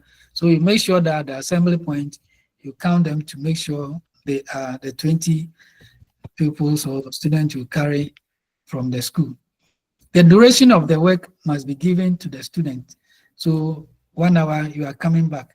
Teachers advise on discipline and commitment to work. They could break up into various groups in order to observe the phenomena, record the interactions and whatever that will go on there. In the course of the work, the teacher goes around to counsel, to help, to offer suggestions and general supervision. After the students have finished their work, they go to the assembly spot for another head count to make sure that they are 20 students. So at that point, when they are boarding the car back, you have to make sure that they are 20 human beings that you are bringing back to the school. And you must make sure that they should say verbal thank you to the people that you visited. And then the post-field work. This phase involves the organization of all information into a comprehensive whole after returning from the trip. It is necessary that the class reflect on the experiences of the trip. In the course of reflection, the following can be looked at so far as the reflection is concerned. Re-examination of the questions and problems which occurred during the trip to guide you in the next trip that you organize. Students will organize a report writing by various groups what they observe, and after that they will share among themselves to have a comprehensive note. Presentation of group report accompanied by mini exhibition where necessary. The audience for this activity could be the class or the other class and the parents. comparison of the full notes and answers to be distributed to all the class for them to have each group's work. The teacher should write letters to express his appreciation to the class, to the individuals who contributed to the success of the trip. So during the post-field trip activity, that is where you write the official thank you letter to the people after the verbal thank you during the actual visit for you to be accepted the next time that you want your learners to visit there. Yes, now let me hear you. Advantages of the use of field trip. Yes. Anna? Yes. Hello, sir. Yes. Yeah, it enables the individuals to have, the students to have a first-hand information on what they are learning. So you want me to comment whether it's correct or yes, it's correct. The students have the opportunity to have first-hand information about the phenomena. Yes, correct. Okay. I'm not Yeah. asking you alone. Yeah, yes, Hello, sir. It yes, encourage yes. team learning. Hello. Sir, it will It encourage encourages for teamwork. team learning. Team learning, yes, because Okay, yes. maybe they The will work students will in learn groups. from one another because, yes, that's okay. Any other? Hello, sir. Yes, sir. Yes, sir, I'm listening. Hello. Hello. Hello. Hello. Hello.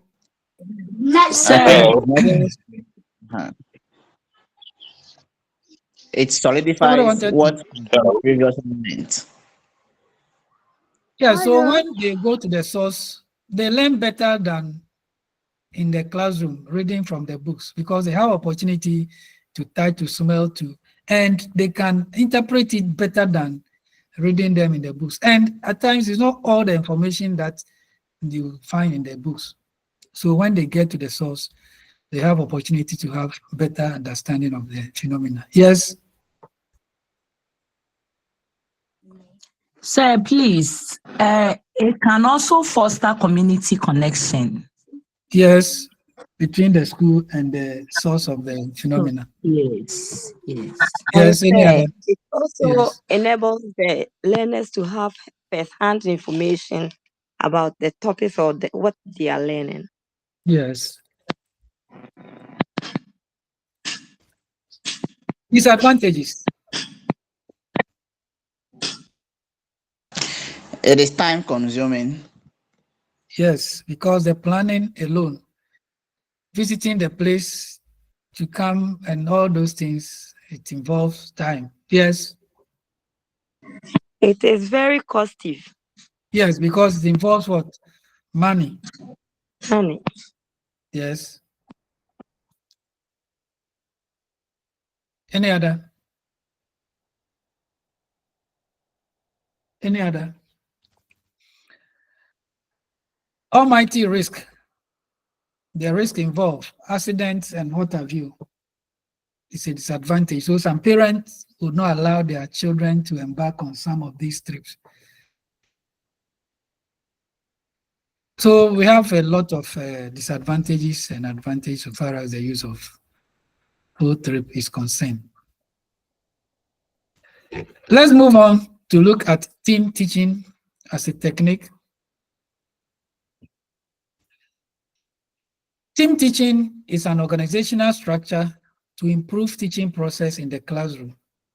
It is a strategy in school organization in which two or more teachers co-plan and co-teach a particular group of students at the same time. The group benefits from the expertise of different teachers because each is specialized in one area or the other. So when I talk of team teaching, it's where two or more teachers co-plan and co-teach a particular topic to a particular group of people in the same time.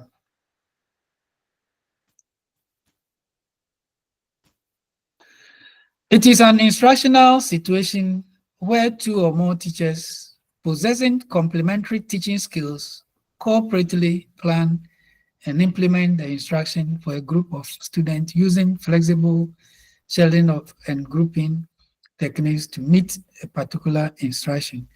They're all talking about the same thing. Two or more teachers co-plan, co-teach a particular group of people because they have different knowledge in the topic. So students stand the opportunity to learn from these two or more teachers.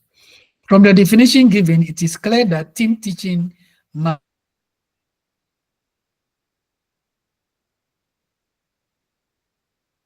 necessarily involve two or more teachers, make use of expertise of different teachers. The above can also teaching. What are the objectives for the use of team teaching? One, to make the best use of expertise and talents of teachers. To develop the feeling of cooperation and group work among teachers. To make the best use of resources of the school. Different topics, lessons, or subjects call for different set of teaching and learning resources. To expand the scope of teaching important topics to students in the most effective manner. So these are some of the reasons we use team teaching. Principles of team teaching. Exercising constructive supervision on the activities of the group, keeping the level of team teaching appropriate to the level of the learners.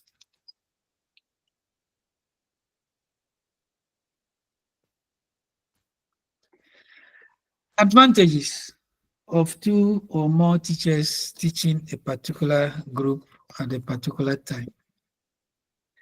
A strong sense of involvement and responsibility developed among the students.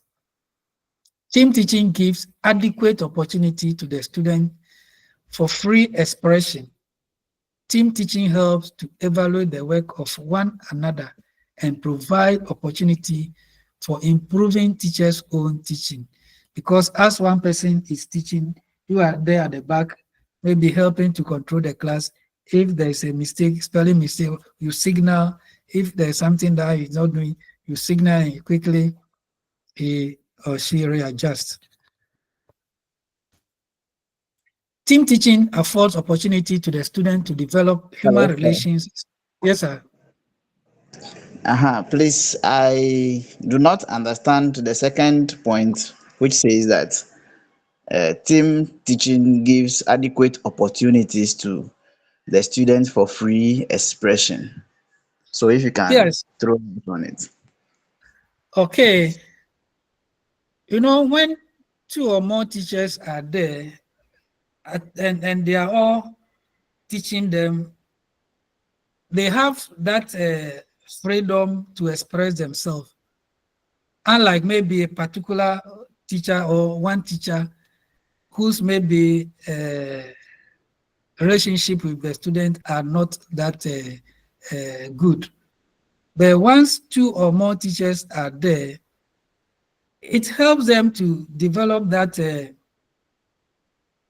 opportunity to express themselves because they are also learning from the student are also learning from them. So it means they want to, show the ability that they can also communicate or they can contribute so far as the teaching and learning is concerned. Unlike one person, at times they find it difficult to express themselves in such a manner. And don't forget, when we get to disadvantage, at times we put some of them off. When two or more people are in the same class, they are not comfortable in learning. So it depends on how you argue your point. But indeed, it gives some people the opportunity to express themselves once two or more people are present in the classroom. Okay, thank you. You're welcome. The teachers are motivated to work hard for the development of their professional proficiency because we are two or more, so everybody wants to handle that area that he has been assigned to handle very well because nobody wants the other to overtake him or her. That's why you are handling that special area that you are good at, and that person also handling that special that he or she is good at. So everybody is motivated to work hard to make sure that he exhibits his or his skills before the learners. Students have the opportunity to benefit from the special knowledge of teachers constituting the team. And then team teaching makes proper use of staff, equipment, and the school building. Disadvantages: traditional conservative attitude of some teachers. Some teachers want to go as solo. They don't want anybody to be part of him or her to constitute a team. So when it happens like that, there's no way you can use the team teaching to achieve any purpose. Inadequate instructional facility that maybe the team may not have to use in the team teaching, because at times you have to put them into groups. This one will supervise this, and when the facilities are not there, you can't put them into groups for them to use the materials to come out with whatever you want them to. Lack of accommodation for teaching. At times you have to move one group to another place and whatever before you exchange and all those things. When the facility is not enough, it's difficult to use the team teaching. The cost of organizing team teaching is not so easy to manage or even afford, especially when the team are not from the same school. Some will come from a different place, some will come from another place. It's difficult to use them. Then lack of team spirit. If the teachers that constitute the team don't have that team spirit, you can achieve the purpose of using the team teaching, because you are teaching to achieve a particular goal, but as one is teaching, the others may be gossiping or saying other things about him or her. And when that thing happens, you find it difficult to achieve your purpose. So these are some of the disadvantages.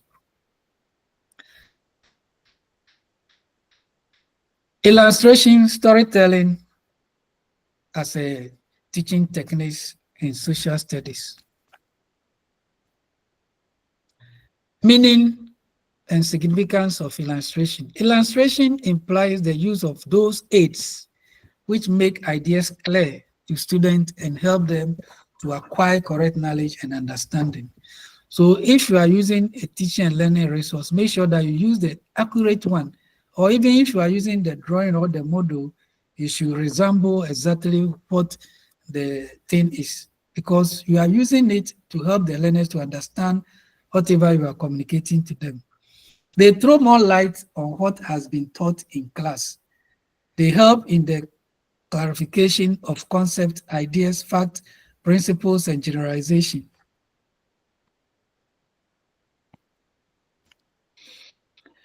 Types of illustration: concrete, nonverbal, natural, or objective illustrations. Under this category, we include charts, demonstration diagrams, films, garden graphs, models, pictures, radio and television, and what have you.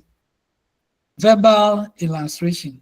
These include analogies, anecdotes, comparison, dramatization, similes, and stories. Verbal illustrations are more useful at the lower stages. Objects or their solid models are also very valuable in the lower classes. Verbal illustrations must remain the most important means of arousing appropriate mental imaginary of learning. Illustrations of any sort must be consistent with the objective of the lesson. You don't just use any illustrations to teach. It must meet the objective of the lesson. Merits or advantages of illustration. They help to provide clarity to the subject matter being taught. They help to simplify explanation. The teacher will not talk too much because the thing is there and the learners can interpret it themselves. They make the teaching of social studies concrete and practical. They create curiosity and promote interest among the learners. They help to strengthen and retaining and recollecting power of the students. Illustrations are helpful in developing the power of observation of the students. Illustrations help in the formation of good learning habits. They are ready means of capturing the attention of your learners. Guidelines for the use of illustrations. Illustrations should be interesting and appealing to the students. You don't use illustrations that are not appealing to the student. So if you don't know how to draw, get somebody to draw the exact thing that you want to use as illustration, and make sure you leave the border lines and you don't crumple things in the particular place that they can identify them. Simple but comprehensive illustration. It shouldn't be too difficult to construct. It should be simple for the learners to understand. You should use the exact illustration, whether it is the real thing, the model form, or the picture form. It should be the exact illustration that you are going to use. It should be relevant to the topic that you are going to teach, and then the subordinate to the topic. Not too many illustrations on one mandala card or at a time, one at a time for better understanding. Proper display of illustration. Display the illustration so that the learners can see it from wherever they are sitting. Where they can't see it, you have to go around or invite them to come as a group or one another to observe the phenomena for better clarification. Collection of illustrative material, the journals, the magazines, and what have you. You can get some of this information from them. Storytelling as a technique. Storytelling is an act which enables the teacher to come very close to the heart Please, of the back to the student. Yes, sir. guidelines for the use of illustration. One says subordinate to the topic. Please throw light Yeah. on it for me. Yeah. The illustration, at times you may have other aspects of the topic. The illustration should make sure it caters for all those aspects of the broader topic. Are you okay? Hi. Hello? Yes, the illustration should help the learners to get other subtopics that is under the main topic. So the illustration shouldn't be just only one of the, that will cater for only one of the topics or the objective, but it should cater for almost all the subtopics or sub-units under the main Okay. All topic. right. Thank you. Welcome. So this art of storytelling aims at presenting to the student through the medium of speech, clear, vivid, interesting, ordered sequence of events in such a way that their minds reconstruct these happenings and they live in imagination through the experiences recounted, either as spectators or possibly as participants. So as social studies teachers, we use story in teaching some of our topics. Even at times, the introduction of a particular topic, you use story to get the attention of the learners, and they'll be motivated to stay with you from the beginning to the end.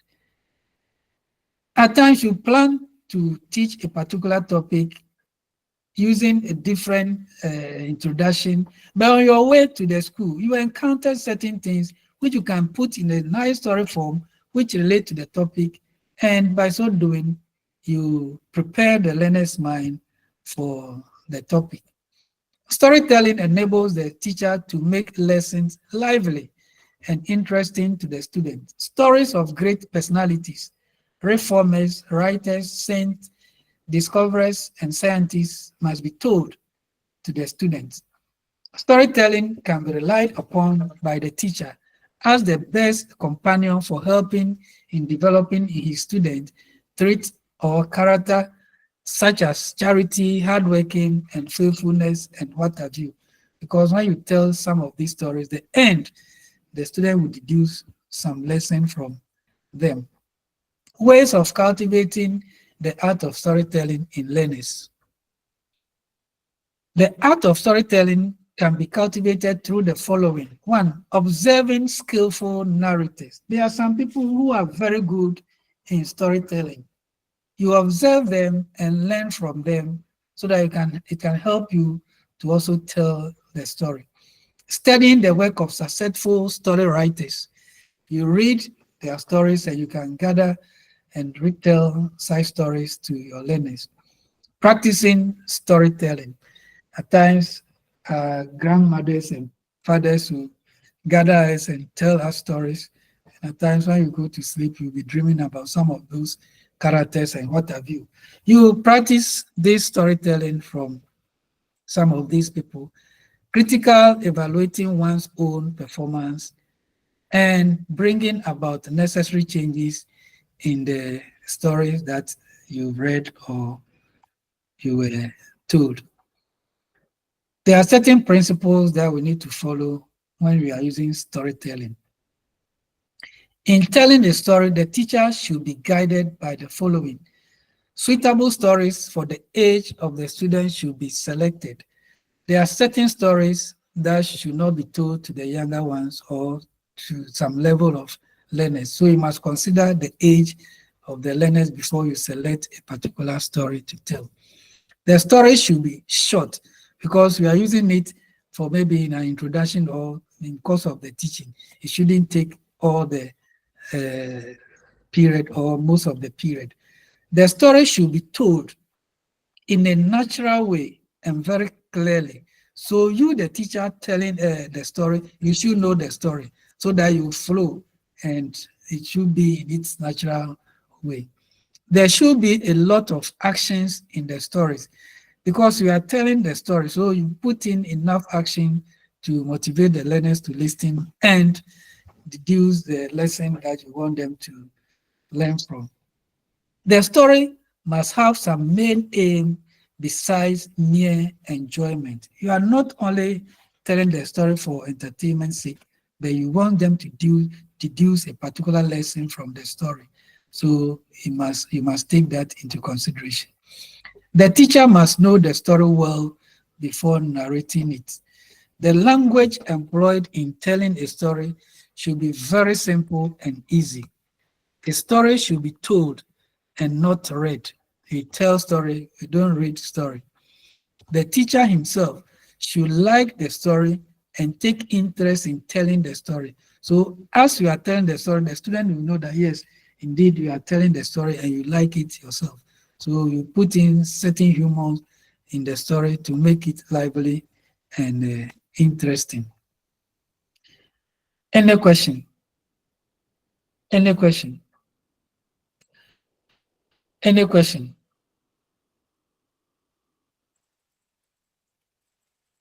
Yes, sir. Mhm.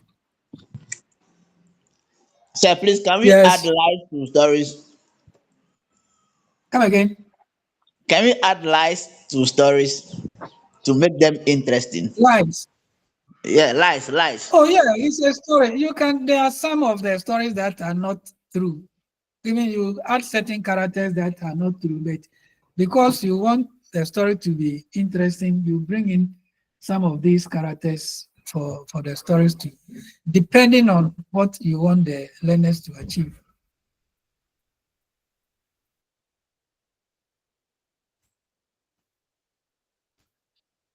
Okay. Hello. Okay. Role play Hello, as sir. a technique. Yes, sir. Uh, I think the lies are too strong for a better word, can we say imaginative stories?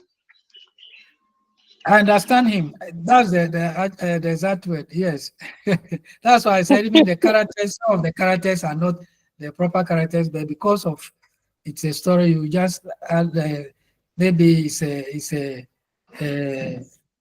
Mr. A, but you put in a different character to portray or to tell your story. So thank you for using the imaginative character. Can we go on?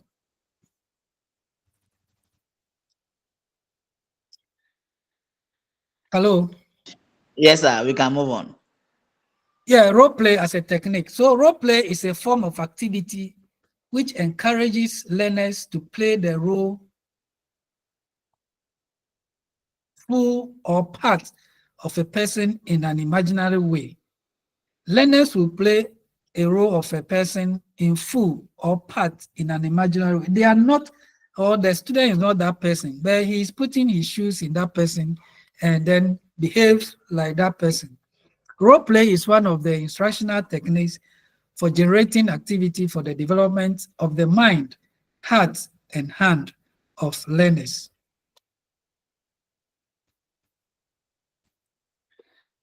When to use role play? Role play can be used when the aim is to improve the speech habits of and language of learners. Role play can be used when we want to promote the spirit of teamwork among the learners, when we want to provide an alternative to the traditional way of teaching, when the teacher wants his or her learners to be active participants in the class, when we want to call for reinforcement in the teaching and learning process, we use role play. How to use role play? Identify a problem and brief learners on it during the delivery. Discuss the problem or issue with the learners. Select the players, possibly volunteers. Especially, don't point to the learners that you play this role. Let them come out themselves. You can always select when 2 or 3 people want to play one particular role, then you can select one. But don't select them that you play this role. No, let them come out themselves because they are coming to play a role of a person in part or full. So if you select the person and he's not having that knowledge or you have not seen that person, he or she cannot perform. So let them come out themselves to play those particular roles. Prepare the audience on how to behave. You have to prepare the audience because it's for a learning purpose. If you don't prepare the audience, at times, some of the things the learners will do becomes their nickname forever and ever. So you have to prepare the audience and warn them not to name anybody when they play a particular role. Then you also prepare the players to make sure they play the role as exact as they have observed. Keep the role play short. Let players express their roles spontaneously because there's no written whatever they rehearse and whatever. So allow them to come out spontaneously and express themselves. Prevent the audience from interrupting when they are playing the role because after that they will discuss, that's the debriefing. So allow them to observe and take down their notes and observations. There should be a follow-up activity through discussion, which is the debriefing after the role play to make sure whether the actors acted very well or not. Advantages. Since role play is student-dominated, experience is gained when the student undertake a variety of tasks which are closely related to their interests.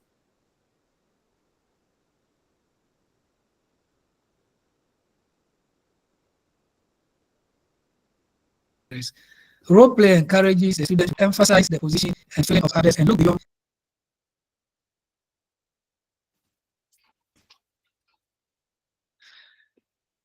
In the social studies class, role play has been found to contribute to a positive change dynamics. That is, it breaks down barriers of shyness and stimulates a greater level of long-term interactivity between students. Role play support the development of key skills. It is an excellent teaching technique to encourage communication. It gives students the opportunity to practice decision-making process and allow both bright and weak students to participate in the teaching and learning process. Disadvantages: role play may be time-consuming. The whole activity may turn into a mere entertainment if care is not taken.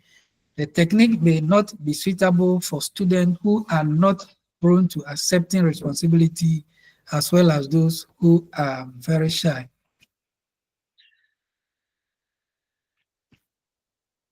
Hello? Hello? Yes, sir. Hi, hi, Yes, sir. sir. Yeah, I think we should end the lesson here so that next week we'll continue from debate techniques and the other ones, because the other ones for next week, which is the third meeting, are not enough. So that the last meeting, we will look at the learner plan and the lesson plan, then we end the lesson. Because when we want to finish the 106 slides today, in addition to the 17 we had earlier, the next week will be very, very short. So let's end it here so that next week we will continue from debate techniques, and then we'll add the other 7, 8, and 9. Then the last week we'll look at the learner plan. Then we call it the end of the semester. Agreed? Yes, Agree, sir. agree, sir. Agree, sir. Thank you. So Welcome, sir. next week we will continue from debate techniques, and then we'll end the remaining techniques. Then we see the 7, 8, and 9. Then the last week we'll look at the learner plan, and that brings us to the end. Okay, sir. So I've shared the slide to you. Maybe the ICT people will be in and they will check my system for me, and maybe next week the slide will be showing, and then we'll see what to do. Okay. So thank you very much for Thank you, sir. cooperating. Welcome, sir. Yes, sir. Okay. See you then. Bye. Bye.